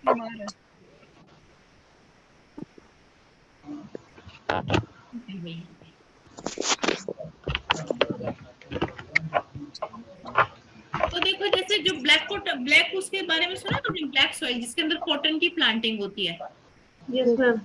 है ना, उसमें क्या होता है, पानी की बहुत कम जरूरत पड़ती है ना, यस मैम हाँ। क्योंकि वो एक्सपेंडिंग टाइप है, उसमें वो पानी अपने अंदर भर के रख लेते हैं, स्वेल हो जाती है वो।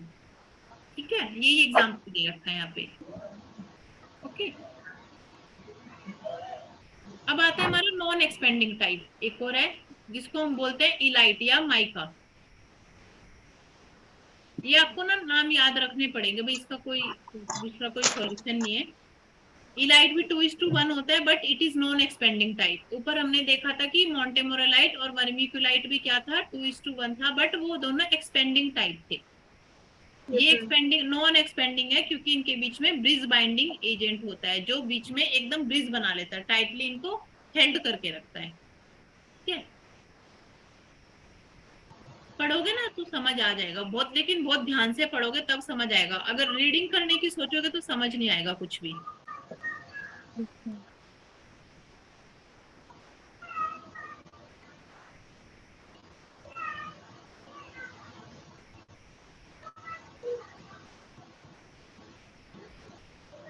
अब देखो, एक वो तो थे हमारे इनऑर्गेनिक कॉलॉइड्स, जो क्ले की हम बात करते हैं ना, वो इनऑर्गेनिक कॉलॉइड था। अब मैंने बोला था ना कि ह्यूमस भी हमारा कॉलॉइड पार्टिकल होता है, so humus is a organic colloid. ठीक है,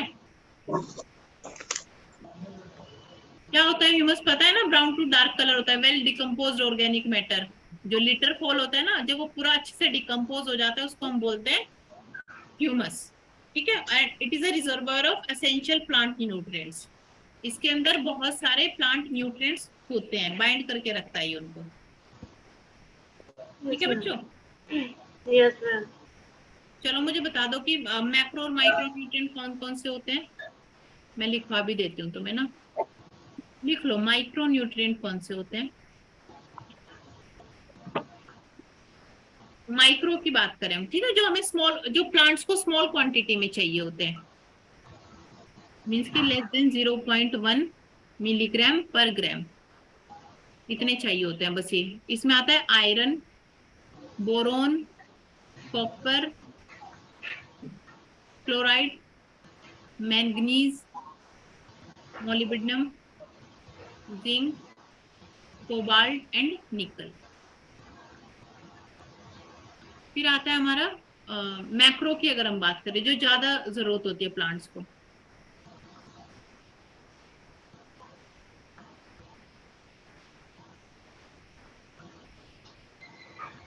यहाँ लिख दे रही हूँ। ठीक है, मैक्रो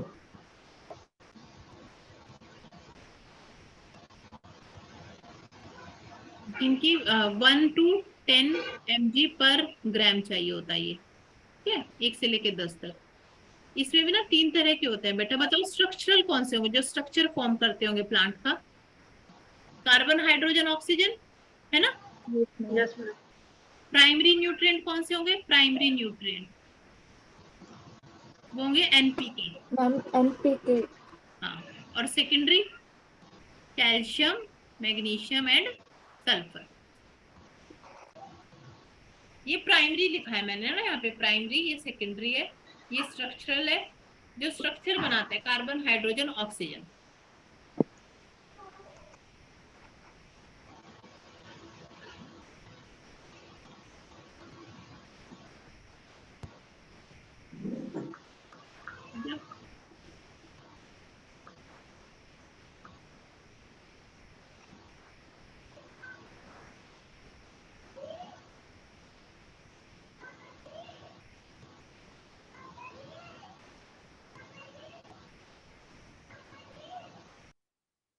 ठीक है बेटा, इसमें ना ये वो दे रखे है टेबल, मैं टेबल भी बता देती हूँ।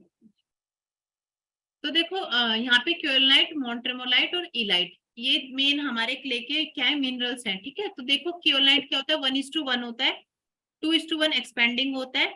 मोंट्रेमोलाइट और इलाइट भी 2:1 होता है, but it is non expanding. ठीक है, साइज इनका बता रखा है, किसका कितना साइज होता है, शेप किस तरीके की होती है।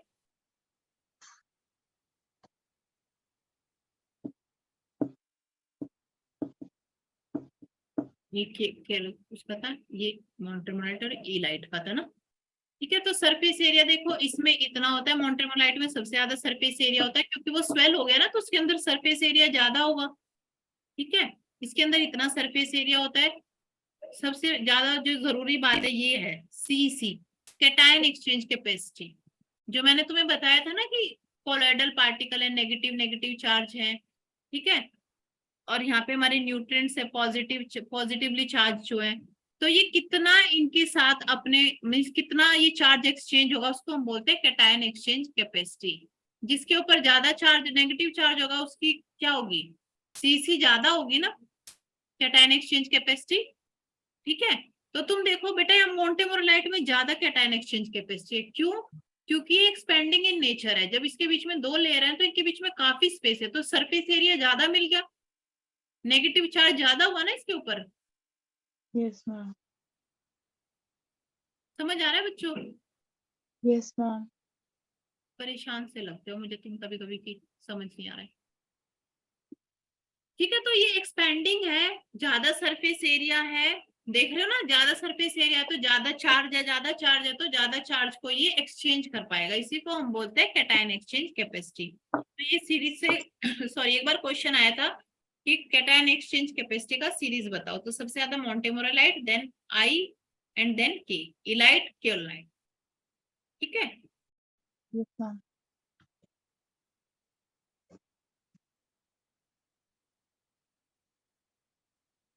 ये टेबल को पढ़ोगे ना तो वो सारे जो मिनरल्स ऊपर पड़े हैं ना वो सारे क्लियर हो जाएंगे आपको, अगर टेबल भी याद कर लिया आपने तो।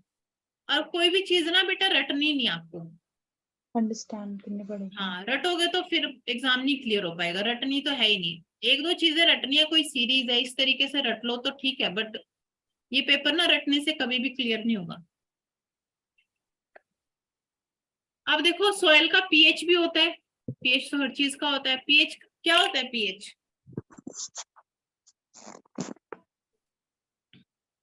Full form what is pH? Ma'am potential of H ion. Yeah, it's positive. Negative logarithm of hydrogen ion ना। Yes, ma'am. ठीक है, अगर OH आयन हमारे ज्यादा है तो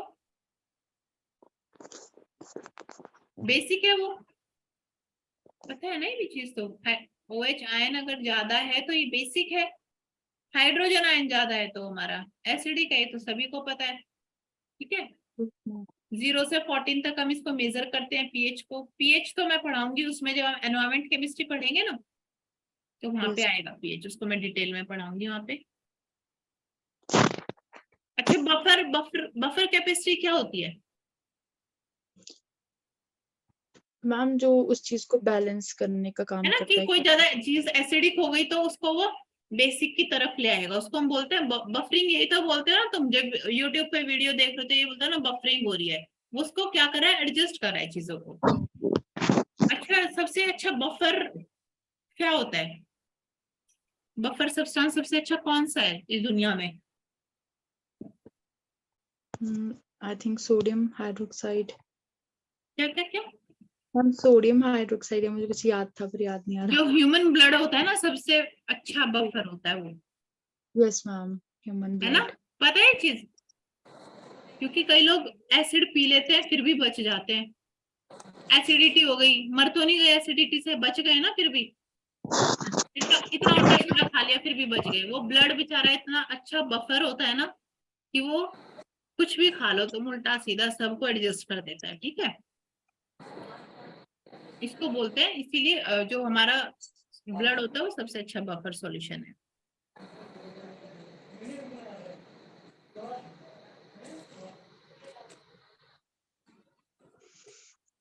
अब देखो ये क्या है, सॉइल रिएक्शन का क्या मतलब है यहाँ पे? Nature of soil colloids, if absorb cation dissociate more hydrogen ions than OH ions and OH ion equal to hydrogen ion, then soil reaction will be acidic, alkaline and neutral। ये वही बात बता रहे कि OH ion अगर ज्यादा होगा तो alkaline होगा, और ये हाइड्रोजन आयन ज्यादा होगा तो एसिडिक होगा, और दोनों बराबर होंगे तो न्यूट्रल होगा, है ना। अब देखो अगर इफ द क्ले मिसेल, जो क्ले का कोलॉइड था, अगर उसके पास कैल्शियम कैटायन है then it gives neutral soil reaction and decide that good and fragile structure. इसीलिए कैल्शियम होना बहुत जरूरी होता है हमारी सॉइल में। इसीलिए बेटा जो एसिडिक सॉइल के बारे में सुना है तुम लोगों ने? Yes ma'am. ठीक है, तो देखो एसिडिक सॉइल तुमने हर कंट्री में, कभी यहाँ इंडिया में सुना है कि एसिड रेन से कोई एसिड रेन होती है? कि हमारी सॉइल पे क्यों फर्क नहीं पड़ता उसका? क्योंकि हमारी सॉइल यहाँ की क्या होती है, कैल्शियम रिच सॉइल होती है, अच्छा खासा कैल्शियम मिलता है इंडियन सॉइल में, इसलिए एसिड रेन का फर्क नहीं पड़ता हमारे यहाँ पे। ठीक है, तो जिस भी सॉइल के अंदर क्ले जो हमारा नेगेटिव है उसने अगर कैल्शियम के साथ बॉन्ड बना रखा है तो वो सॉइल बहुत अच्छी होती है क्योंकि उसका पीएच न्यूट्रल होता है। ठीक है, ठीक है बेटा। उसके बाद है soil solution nature. Soil solution का मतलब पता है क्या? जिसके अंदर हमारा पानी है और उसके अंदर सॉल्ट्स है और गैसेस है, उसको हम बोलते हैं सॉइल सॉल्यूशन। ये सॉल्ट्स वही है न्यूट्रिएंट जो होते हैं। ठीक है, जो मैंने अभी लिखा है ना, कैल्शियम, मैग्नीशियम, आयरन, ये सारे उसके अंदर डिसॉल्व होते हैं, है ना। ये सॉइल सॉल्यूशन से ही हमारे प्लांट क्या है, न्यूट्रिएंट्स को अपटेक करेंगे।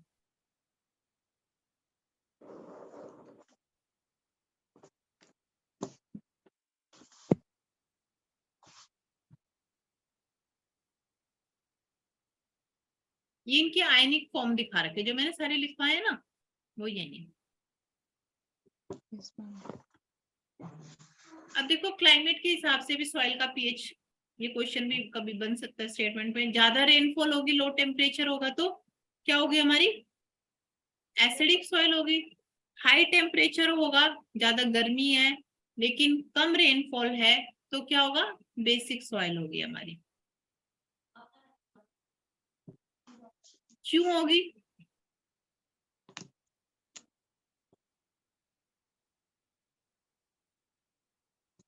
ज्यादा टेम्परेचर मींस गर्मियों के टाइम पे हमारी सॉइल बेसिक हो जाती है। क्यों?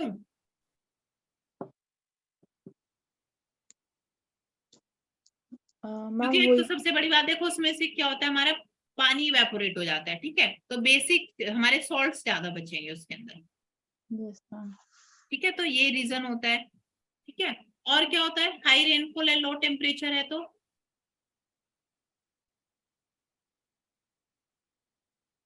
मैम हाई रेनफॉल से वो मैम स्वाइप हो जाएंगे ना आपके जो बेसिक्स मतलब प्रेजेंट होंगे सॉइल पे। मैम लीच आउट हो जाएंगे। हाँ, सॉल्ट्स जो है वो डिजोल्व हो जाएंगे ना। सॉल्ट्स तो क्या होंगे, डिजोल्व होकर वो नीचे हो जाएंगे, लीचिंग हो जाएगी उनकी। ठीक है, तो ये रीजन होता है। अब है एडिशन ऑफ ऑर्गेनिक मैटर, ये भी आपको पता होना चाहिए। ऑर्गेनिक मैटर हमारी सॉइल की पीएच को डिक्रीज करता है, मींस एसिडिक नेचर होता है। क्यों? क्योंकि ऑर्गेनिक मैटर जब भी ब्रेक करेगा ना तो बहुत सारे ऑर्गेनिक एसिड बनेंगे। एंड ठीक मैम है, CO2 तो इज इसकी वजह से एसिडिटी होती है सॉइल में। अगर ज्यादा ऑर्गेनिक मैटर डाल दिया ना तो वो सॉइल का पीएच डिक्रीज, पीएच डिक्रीज का मतलब होता है एसिडिक होना। Yes ma'am. पीएच इंक्रीज का मतलब होता है बेसिक होना। ठीक है, तो ये चीज भी याद रखना कि ऑर्गेनिक मैटर ज्यादा है तो सॉइल का पीएच कम है। Vegetation tend to increase soil acidity. Vegetation जहाँ पे होगा वहां पे भी सॉइल एसिडिटी ज्यादा होगी क्योंकि ऑर्गेनिक मैटर ज्यादा होगा, तो उसकी वजह से वहां पे एसिडिटी भी ज्यादा होगी। ओके,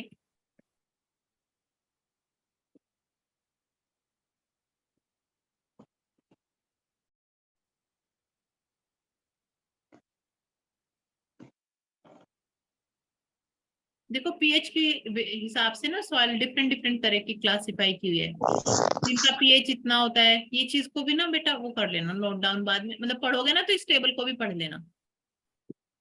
ये मेरे ख्याल से बताने की जरूरत नहीं है। एक्सट्रीम एसिडिक होगी जब पीएच इससे कम होगा, 4 to 5 होगा तो स्ट्रॉन्गली एसिडिक होगी, 5 to 6 मॉडरेटली एसिडिक, क्योंकि एक बार क्वेश्चन आया हुआ है यहाँ से ना।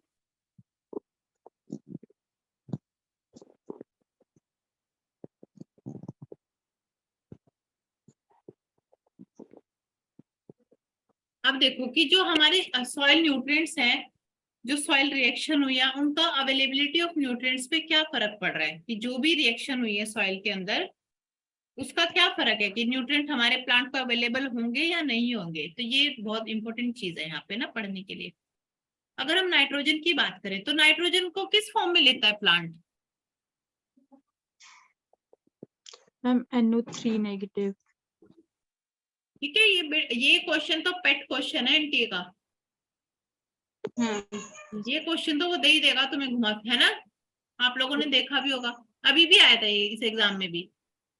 Yes ma'am.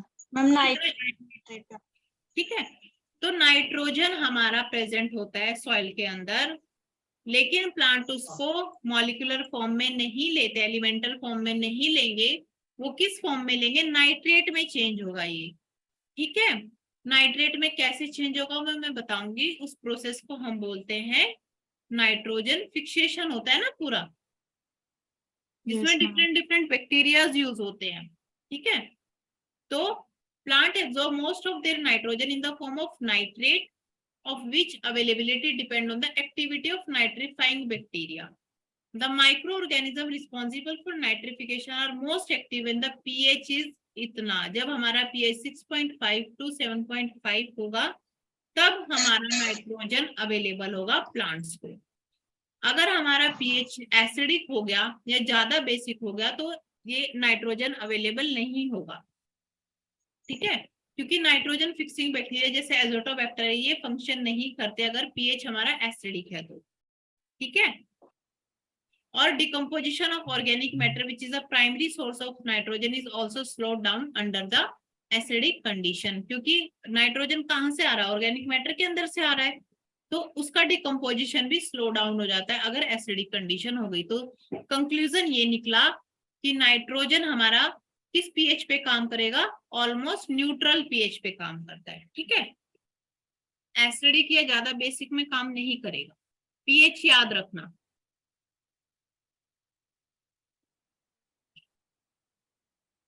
फिर आता है फॉस्फोरस।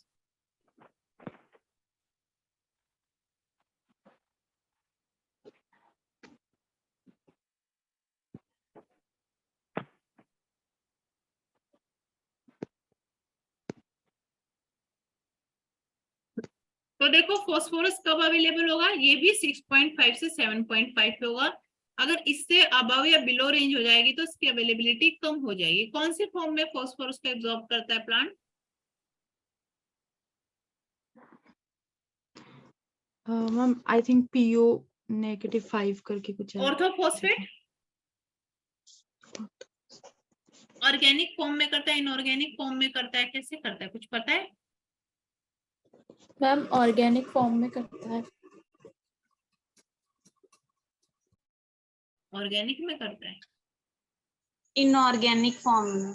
हाँ इनऑर्गेनिक फॉर्म में। ठीक है, हमेशा ऑर्गेनिक काम नहीं आएगा ऐसा लगता है हमें सोचने से, लेकिन ये इनऑर्गेनिक फॉर्म में प्लांट अपटेक करते हैं इसको। तो ठीक है, मैम हम नाइट्रोजन नाइट्रेट मतलब नाइट्रेट के लिए क्या बोलेंगे? वो कौन सी फॉर्म हुई? आयनिक फॉर्म ना?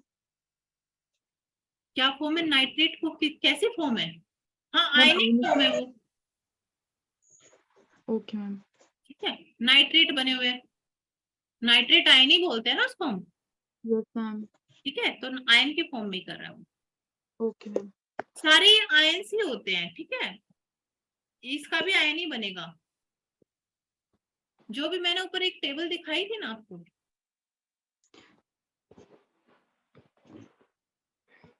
दिखाई थी ये। ठीक है, ये इन फॉर्म में होते हैं सारे, आयनिक फॉर्म में। ठीक है, ये रहा phosphate.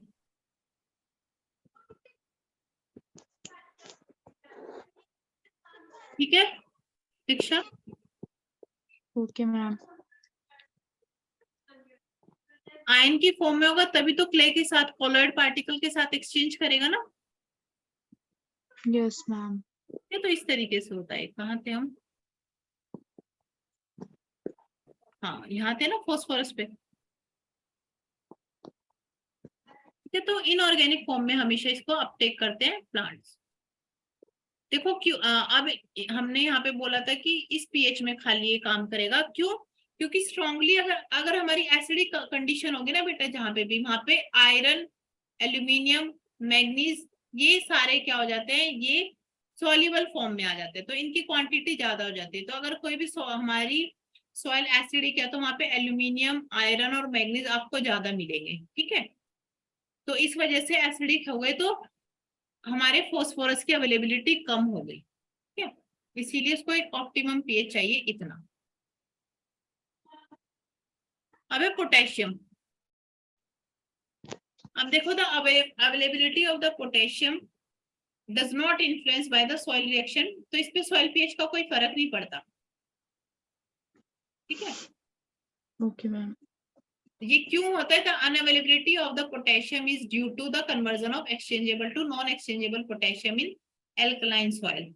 If the alkalinity is due to calcium carbonate, the solubility of the soil potassium is depressed. बस तुम्हें इतना याद रखना कि कोई फर्क नहीं पड़ता पोटेशियम के ऊपर, ठीक है। ठीक है। Yes, ma'am. उसके बाद है कैल्शियम एंड मैग्नीशियम।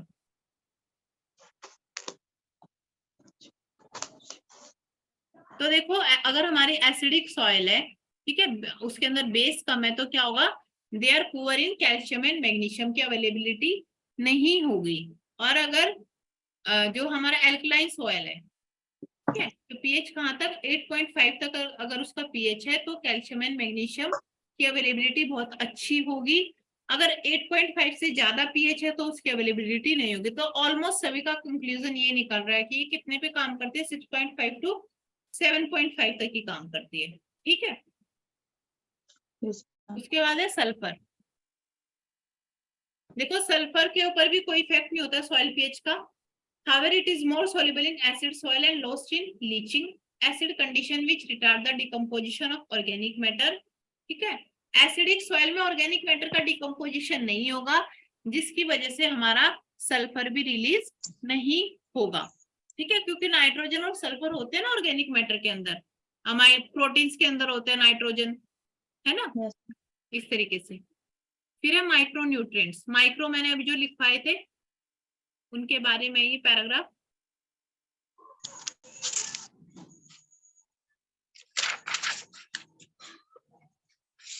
देखो ये रही कैटायन एक्सचेंज।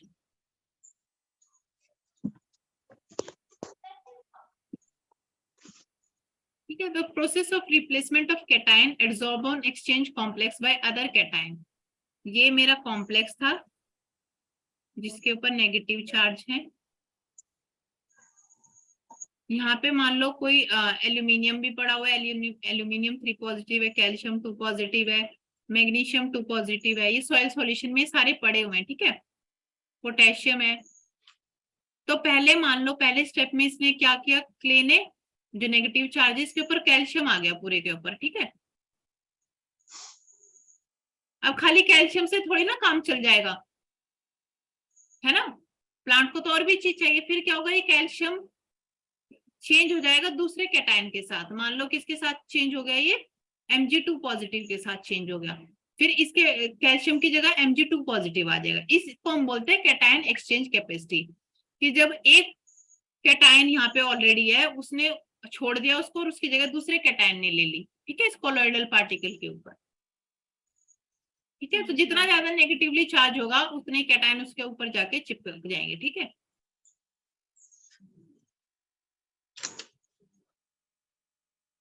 ये अब यहाँ पे वो पढ़ लेते हैं हम इसकी थ्योरी। देखो इसकी यूनिट क्या होती है,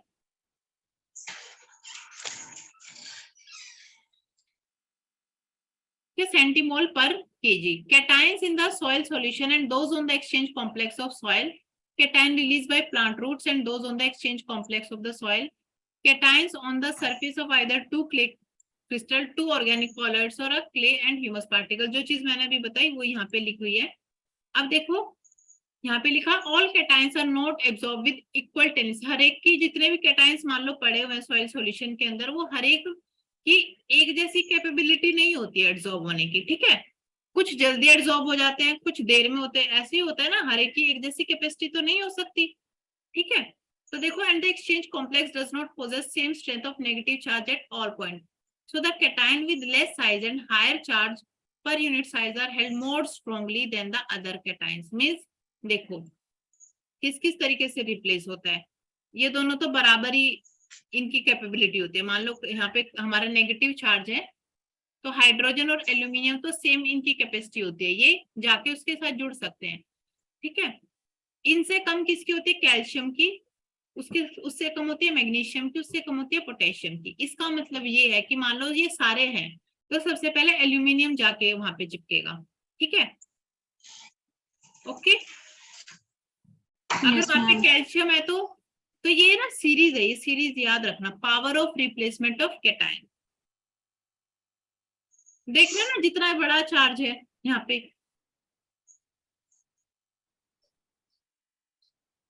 ठीक है, ये एक सेक्शन है यहाँ पे।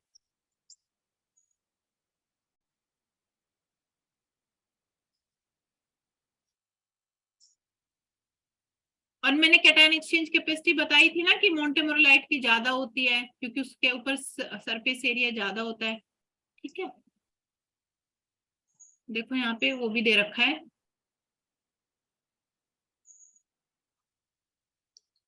क्या क्या फैक्टर्स इफेक्ट करते हैं। जितनी ज्यादा फाइन सॉइल होगी हमारी उतना ज्यादा सीसी होगा, यही बताया था मैंने। Yes ma'am. फाइन सॉइल का मतलब एग्जांपल बताओ। क्ले। क्ले, ठीक है, ज्यादा ह्यूमस कंटेंट है तो ज्यादा सीसी है। 2:1 क्ले मिनरल है, मोर सीसी, मोंटेमोरलाइट की जैसे थे ना,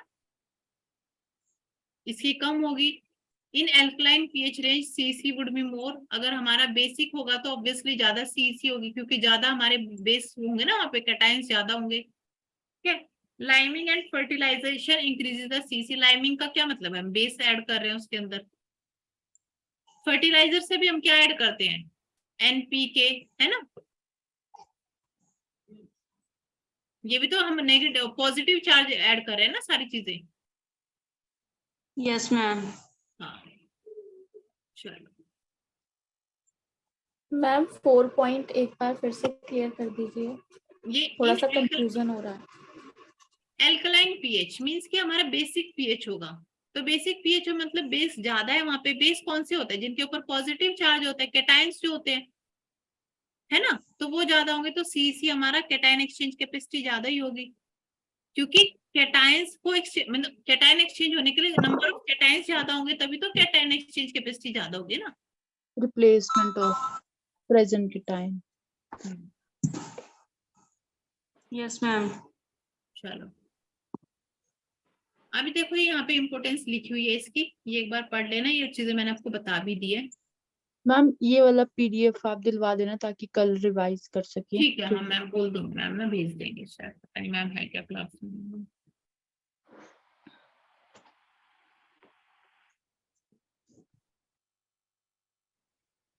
देखो इसी तरीके से एनायन एक्सचेंज कैपेसिटी भी होती है, ठीक है। Anion exchange occur on positively charged site exist on the edges of the layer silicate minerals and surface of oxide। तो कुछ ऑक्साइड भी प्रेजेंट होते हैं हमारे कुछ लेयर्स। जो 1:1 वाला है ना, कौन सा था 1:1 वाला? इलाइट क्ले का था ना। तो वहां पे क्या होता है कि वो पॉजिटिवली चार्ज साइट होती है, वहां पे क्या हो सकते हैं, क्योंकि मैंने बोला था ना कि सारे क्ले पार्टिकल कोलॉइड पार्टिकल नहीं है, कुछ क्ले है ना, तो वो जो नहीं है उनके ऊपर क्या है हमारा? Positive charge. मीन्स क्या है हमारा? बताओ कैसा होगा? पॉजिटिव होगा कि नेगेटिव होगा? क्या मैम, क्या कहा आपने? मैं पूछ रही हूँ कि एनायन एक्सचेंज कहाँ पे होगा? पॉजिटिव के साथ होगा ना। Yes ma'am. तो मैं बोल रही थी कि जो क्ले है ना हमारा इलाइट वाला, जो क्ले है जो 1:1 वाला है, वहां पे क्या है हमारा? पॉजिटिव चार्ज है, तो वो किसके साथ? नेगेटिव चार्ज के साथ एक्सचेंज करेगा, उसको हम बोलते हैं anion exchange. The total amount of exchangeable anions held by a unit mass of soil is termed as the anion exchange capacity. Anion exchange capacity are generally low and increase as the pH decreases or acidity increase। अगर acidic soil होगी तो anion exchange capacity क्या होगा हमारा? कम होगा, ठीक है।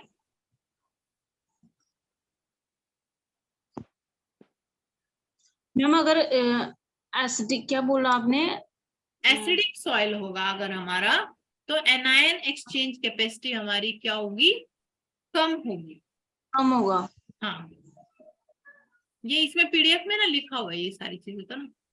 अब आता है बेटा हमारा सॉइल ऑर्गेनिक मैटर, जो हम ऑर्गेनिक मैटर की इतनी देर से बात कर रहे थे।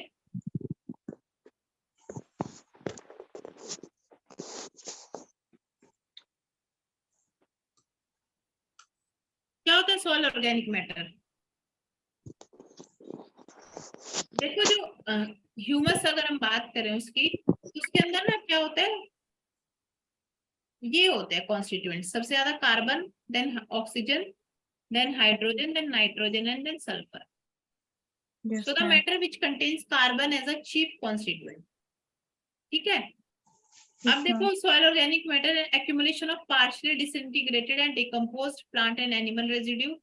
तो ये बता रखा है कि ऑर्गेनिक मैटर के अंदर क्या क्या होता है. ये तो होता है ना जब प्लांट और एनिमल का डिकम्पोजिशन या डिसइंटीग्रेशन हो जाता है. ठीक है. Yes, ma'am. अब देखो सोर्सेज क्या क्या होते हैं ऑर्गेनिक मैटर के, ये सब सोर्सेज होते हैं ना, ये तो Yes, पता ही है सभी को. Yes, ma'am.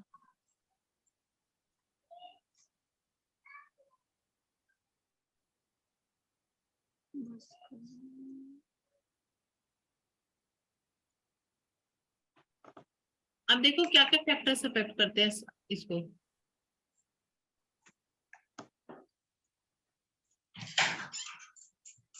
ये डिफरेंट डिफरेंट फैक्टर्स दे रखे. क्लाइमेट हो गया, ठीक है. Temperature and rainfall exert a dominant influence on the amount of nitrogen and organic matter found in soils.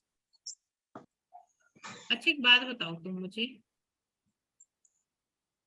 एक सेकेंड.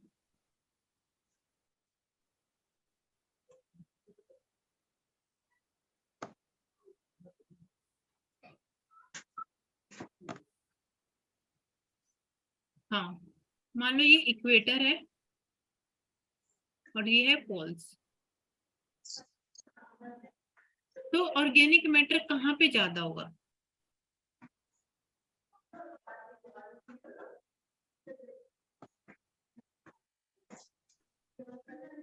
ह्यूमस की बात नहीं कर रही मैं,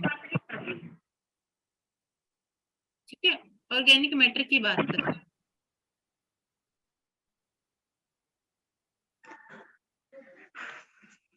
मैम पोल्स पे ज्यादा होगा क्यों? क्योंकि मैम वो डिके नहीं हो पाएगा ना ड्यू टू हाँ. लेस टेम्परेचर, ठीक वो है, वैसे ही रहेगा. क्योंकि जो ऑर्गेनिक मैटर हमारा गिरा है इक्वेटर पे, तो जब भी देखो जब टेम्परेचर ज्यादा होता है तो माइक्रो ऑर्गेनिजम्स की एक्टिविटी क्या होती है, बहुत ज्यादा होती है. ओके, तो वो जल्दी डिकम्पोज हो जाएगा, वो ह्यूमस बन चुका होगा, है ना.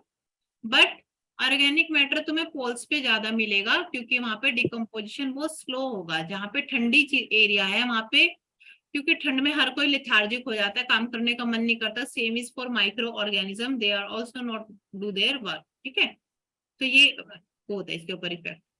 तो यहाँ पे कुछ फैक्टर्स दे रखे हैं, एक बार रीड आउट करोगे तो समझ आ जाएगा. मेजर यही था बताने का मेरा कि टेम्परेचर का क्या सबसे बड़ा इफेक्ट होता है. यहाँ से एक बार क्वेश्चन भी पूछा था. Okay ma'am. एक बार पढ़ोगे ना तो फिर अब देखो ह्यूमस आ गया हमारा. ऑर्गेनिक मैटर और ह्यूमस अलग था ना, जैसे लीटर जो होता है वो हमारा अनडिकम्पोज्ड ऑर्गेनिक मैटर होता है, और डिकम्पोज्ड ऑर्गेनिक मैटर क्या होता है? Humus. Humus is a complex and rather resistant mixture of brown or dark brown amorphous and colloidal organic substance that result from microbial decomposition and synthesis. Colloidal particle है humus भी, organic colloid. Clay is inorganic colloid. Colloid जहाँ पे आ जाए means negative charge है इसके ऊपर. ठीक है, और काफी कॉम्प्लेक्स स्ट्रक्चर होता है इसका, क्योंकि इसके अंदर तीन चीजें होती है, ह्यूमिन, फल्विक एसिड और ह्यूमिक एसिड होती है ना. फल्विक एसिड, ह्यूमिन एसिड और ह्यूमिक एसिड. सुना है कभी? कुछ नहीं सुना.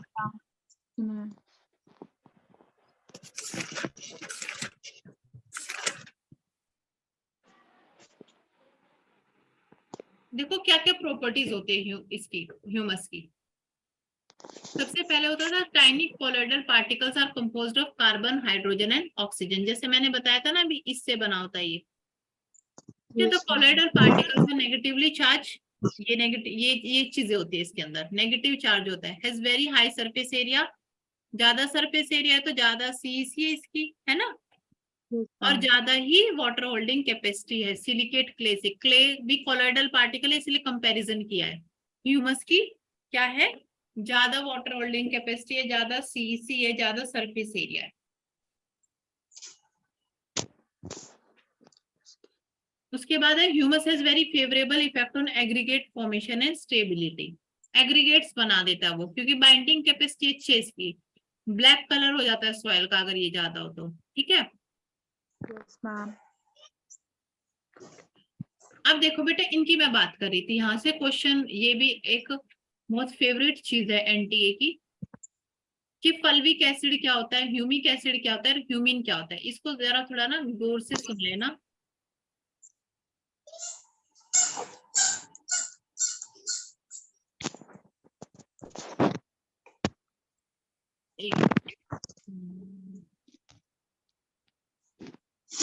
मैंने बोर्ड शेयर,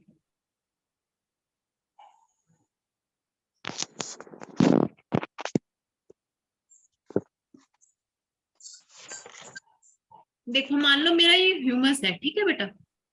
मैंने ना पहले कोई एसिडिक सॉल्यूशन लिया, ठीक है। तो मैंने उसको मैं क्या किया, इसको डिसॉल्व किया, इस ह्यूमस को, ठीक है।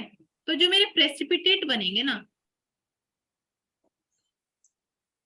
प्रेसिपिटेट किस चीज के बनते हैं ये बताओ पहले मुझे। प्रेसिपिटेट किस चीज के बनते हैं? जब भी तुम कोई भी चीज डिसॉल्व करते हो तो प्रेसिपिटेट किस चीज के बनते हैं, मैं ये पूछना चाह रही हूँ तुम लोगों से।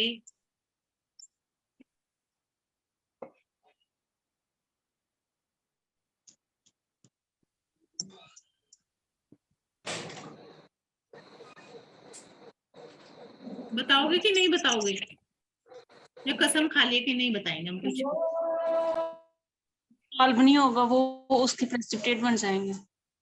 क्या होगा जो चीज डिसॉल्व नहीं हो पाती मैम, जो डिसॉल्व नहीं होगा उसके प्रेसिपिटेट बन जाएंगे। हाँ ठीक है। तो यहाँ ना पहले हम एसिडिक वो एल्कली सॉल्यूशन लेंगे, बेसिक सॉल्यूशन, ठीक है।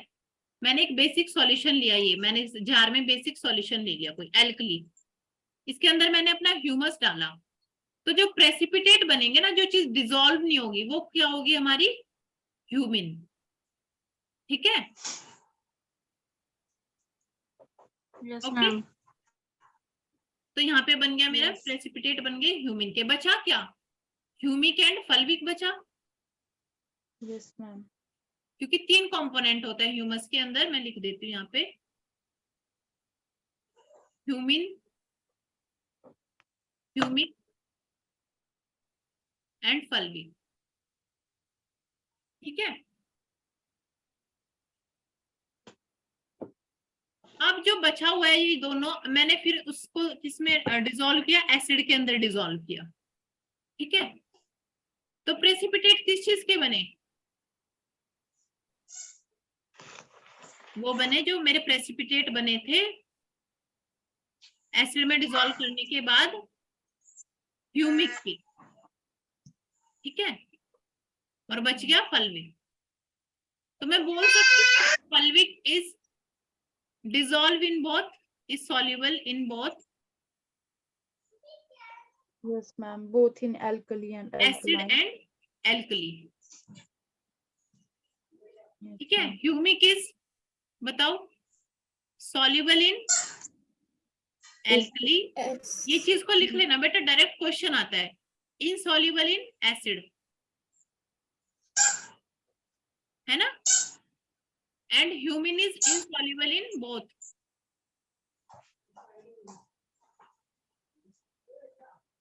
Okay ma'am. लिख लो इसको ना। Yes. मैम alkali हम बेस को बोलते हैं ना, और हाँ, alkaline ये बड़ा वो है, केमिस्ट्री वाले इसको और अच्छे से वो कर सकते हैं, हम लोग मैम, तो ये समझ सकते हैं। क्या कहेगा, ह्यूमिक और फुल्विक की समझ नहीं आई। अच्छा, ह्यूमिक और फल्विक नहीं समझ आई, ठीक है। ये जार था, इसमें से ह्यूमिन तो अलग हो गया प्रेसिपिटेट। अब ये जो सॉल्यूशन नीचे बना था ना, मैंने इसको फिर ये जो नीचे जो घुल गई थी चीजें, इसको मैंने फिर एसिड में जाके डिसॉल्व कर दिया। ये एक जार था जिसमें एसिड लिया, तो मैंने क्या देखा फिर कि जो ऊपर इकट्ठा हो गया, जो चीज डिसॉल्व है, जो मेरे को दिख रही है, जिसके प्रेसिपिटेट बने, वो ह्यूमिक एसिड था। और जो नीचे बचा ना, वो फल्विक एसिड था। मीन्स फल्विक एसिड यहाँ पे भी डिजोल्व हो रहा था और यहाँ पे भी डिजोल्व हो रहा है। आपको इतना याद रखना है कि fulvic acid is soluble in both acid and alkali. जिसके प्रेसिपिटेट बनते हैं मतलब वो सॉल्युबल नहीं है।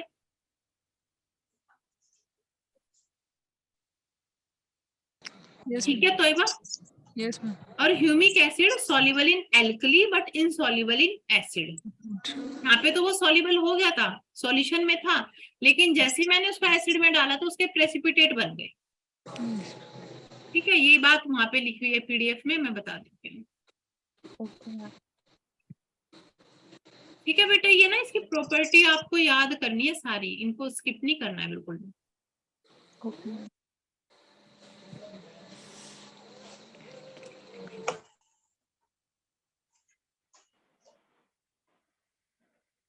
ये कहाँ चला जाता है मेरा?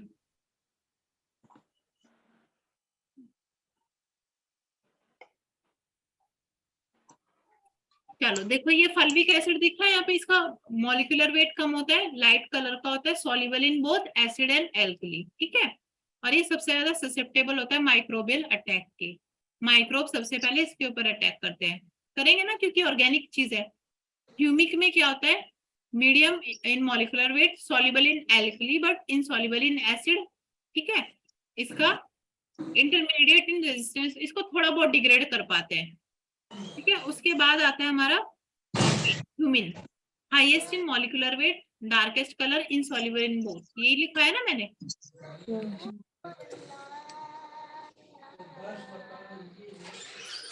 क्योंकि बेटा ह्यूमस जो है हमारा ऑर्गेनिक है, उसके अंदर देखो ये सारी चीजें भी होंगी ना, पॉलीसैकेराइड्स हो गए, अमाइंस हो गए। ठीक है, यस मैम। देखो ये यहाँ पे इतनी सारी इंपॉर्टेंस लिख रखी है, ये सारी पढ़नी है आपको। कोई भी चीज ना समझ आए तो आप मुझसे 10 बार पूछ सकते हो, लेकिन आप लोग, मैं एक एक लाइन तो नहीं पढ़ सकती यहाँ पे। मैंने आपको समझा दिया है, तो आप लोग को भी अपने एफर्ट डालने पड़ेंगे। मैं 2 घंटे की क्लास ले रही हूँ, आपको 6 घंटे पढ़नी है ये चीज, जितना मैंने 2 घंटे में पढ़ा दिया। एटलीस्ट आपको इतना टाइम लगना चाहिए। Yes ma'am. ठीक है, उसके बाद होता है कार्बन टू नाइट्रोजन रेशियो, जो सॉइल की प्रोडक्टिविटी, फर्टिलिटी के लिए अच्छी होती है ना। Yes ma'am. तो कितना एवरेज है, ये आपको एवरेज याद रखना है। कार्बन टू नाइट्रोजन का रेशियो होता है 10:1 या 12:1। ठीक है, ये तो carbon to nitrogen to phosphorus to sulphur बता रखी है। देखो ये कुछ ऑर्गेनिक मटेरियल्स की, ये भी एक बार क्वेश्चन आ गया है कि सॉडस्ट का कार्बन टू नाइट्रोजन रेशियो कितना होता है। ठीक है, ये आपको याद करनी है। बाकी ये चीजें हम उसमें भी पढ़ेंगे, सॉलिड वेस्ट में। ठीक है, जब कंपोस्टिंग पढ़ेंगे। Okay ma'am. Okay ma'am.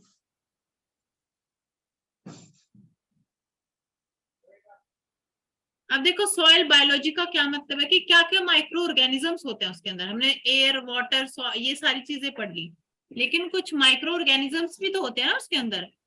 तो 2 तरह के होते हैं ऑर्गेनिज्म, ऑटोट्रोफ होंगे या हेट्रोट्रोफ होंगे। आई होप आप लोगों को इसके बीच में डिफरेंस पता होगा। Yes ma'am. ठीक है, जो ऑटोट्रोफ जो खुद से अपना फूड प्रिपेयर करते हैं। ठीक है, तो देखो an organism capable of utilizing CO2 और carbonate as a sole source of carbon and obtaining energy for, जो कार्बोनेट से CO2 को यूज करके अपना क्या बनाते हैं, खाना बनाते हैं। ठीक है, हेट्रोट्रोफ्स जो उनके ऊपर वो रहते हैं डिपेंड, बैक्टीरिया, फंजाई, इनकी यहाँ पे वो बता रखी है, ये तो तुम्हें नहीं पढ़ना, लेकिन ये जरूर पढ़ना है कि बेनिफिट्स ऑफ सॉइल ऑर्गेनिज्म, जो ऑर्गेनिज्म प्रेजेंट होते हैं उनका क्या बेनिफिट है, क्यों वो जरूरी है उसके लिए। ठीक है, ओके मैम। ये जो टर्म्स दे रखे हैं ना, इनका आपको पता होना चाहिए। मिनरलाइजेशन क्या होता है, is the conversion of an element from an organic form to inorganic form as a result of microbial decomposition. Element को ऑर्गेनिक फॉर्म से इनऑर्गेनिक फॉर्म में लाना, उसको बोलते हैं मिनरलाइजेशन। इमोबिलाइजेशन क्या होता है, किसी भी अनस्टेबल से स्टेबल फॉर्म में लेके आना, कि जिससे वो मोबाइल ना हो, उसको प्लांट या एनिमल्स अपटेक ना कर पाए, इसको हम बोलते हैं इमोबिलाइजेशन। नाइट्रोजन फिक्सेशन तो मैं पूरा पढ़ाऊंगी आपको इकोलॉजी के टाइम पे। ठीक है, डीनाइट्रिफिकेशन भी उसी के अंदर आ जाएगा। फॉस्फोरस सोल्युबलाइजेशन वही होता है, फॉस्फोरस को इनसॉल्युबल फॉर्म में कन्वर्ट करना, जिससे कि प्लांट उसको अपटेक कर पाए। ठीक है, Okay, ma'am. Inorganic form insoluble form होती है जिसको प्लांट अपटेक कर। अब देखो हार्मफुल एक्टिविटी भी होती है सॉइल ऑर्गेनिज्म की, जैसे चूहे वगैरह होते हैं, खराब कर देते हैं ना ये। Yes, ma'am.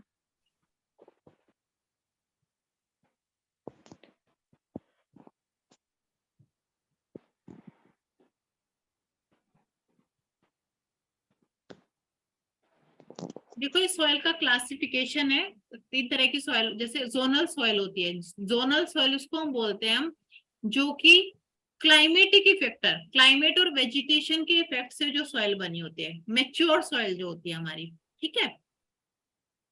उसकी बात होती है इंट्राजोनल, जो ट्रांजिशन में होती है, ठीक है। लोकल कंडीशन, मान लो कहीं की सॉइल को हम बोलते हैं सैलाइन सॉइल है, ठीक है। सैलाइन सॉइल वो वहां की कंडीशन, भाई वहां पे रेनफॉल कम होती थी उस जगह पे, तो उसको हमने बोलते हैं सैलाइन सॉइल। एजोनल सॉइल होती है जो कि मीन्स मान लो जो मतलब किसी फ्लड आया, ठीक है, या नदी के साथ जो बह के, एलुवियल सॉइल जिसको हम बोलते हैं, नदी के साथ बह के आ गई, ठीक है, वो कुछ टाइम के लिए आती है, फिर वो वहां से बह के कहीं और चली जाएगी, उसको हम बोलते हैं एजोनल सॉइल, ठीक है।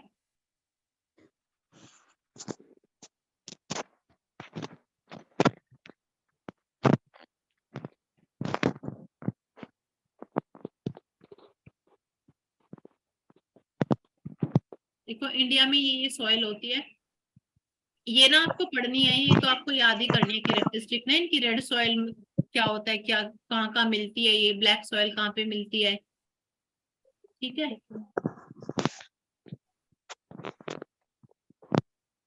ये तो पढ़ लिया था हमने, रॉक फॉर्मिंग ना, एक्सट्रूसिव, इंट्रूसिव, सेडिमेंट्री, मेटामॉर्फिक, ठीक है, वो चीज भी दे रखी है इसमें,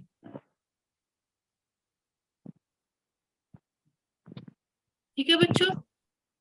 इसके साथ ही आज की क्लास खत्म होती है, ये सॉइल वाला पार्ट खत्म होता है हमारा, ठीक है। Okay, ma'am. कल हम मतलब सॉरी मंडे को एयर पॉल्यूशन स्टार्ट करेंगे, ठीक है। काफी इंटरेस्टिंग टॉपिक है वो, मजा आएगा आप लोगों को। Okay, ma'am. कोई डाउट, कोई क्वेरी हो तो पूछ लो। और बेटा प्रीवियस ईयर के क्वेश्चन सॉल्व करना स्टार्ट कर दो। मैम हमें यूनिट वाइज मिल सकता है कहीं से मैम, जो PYQs होते हैं ना, जैसे क्या? मैम जैसे यूनिट वाइज PYQs मिल जाए। अच्छा, वो यूनिट वाइज उसमें होते हैं, कैटलिस्ट की आती है ना इन बुक। कैटलिस्ट की मैम।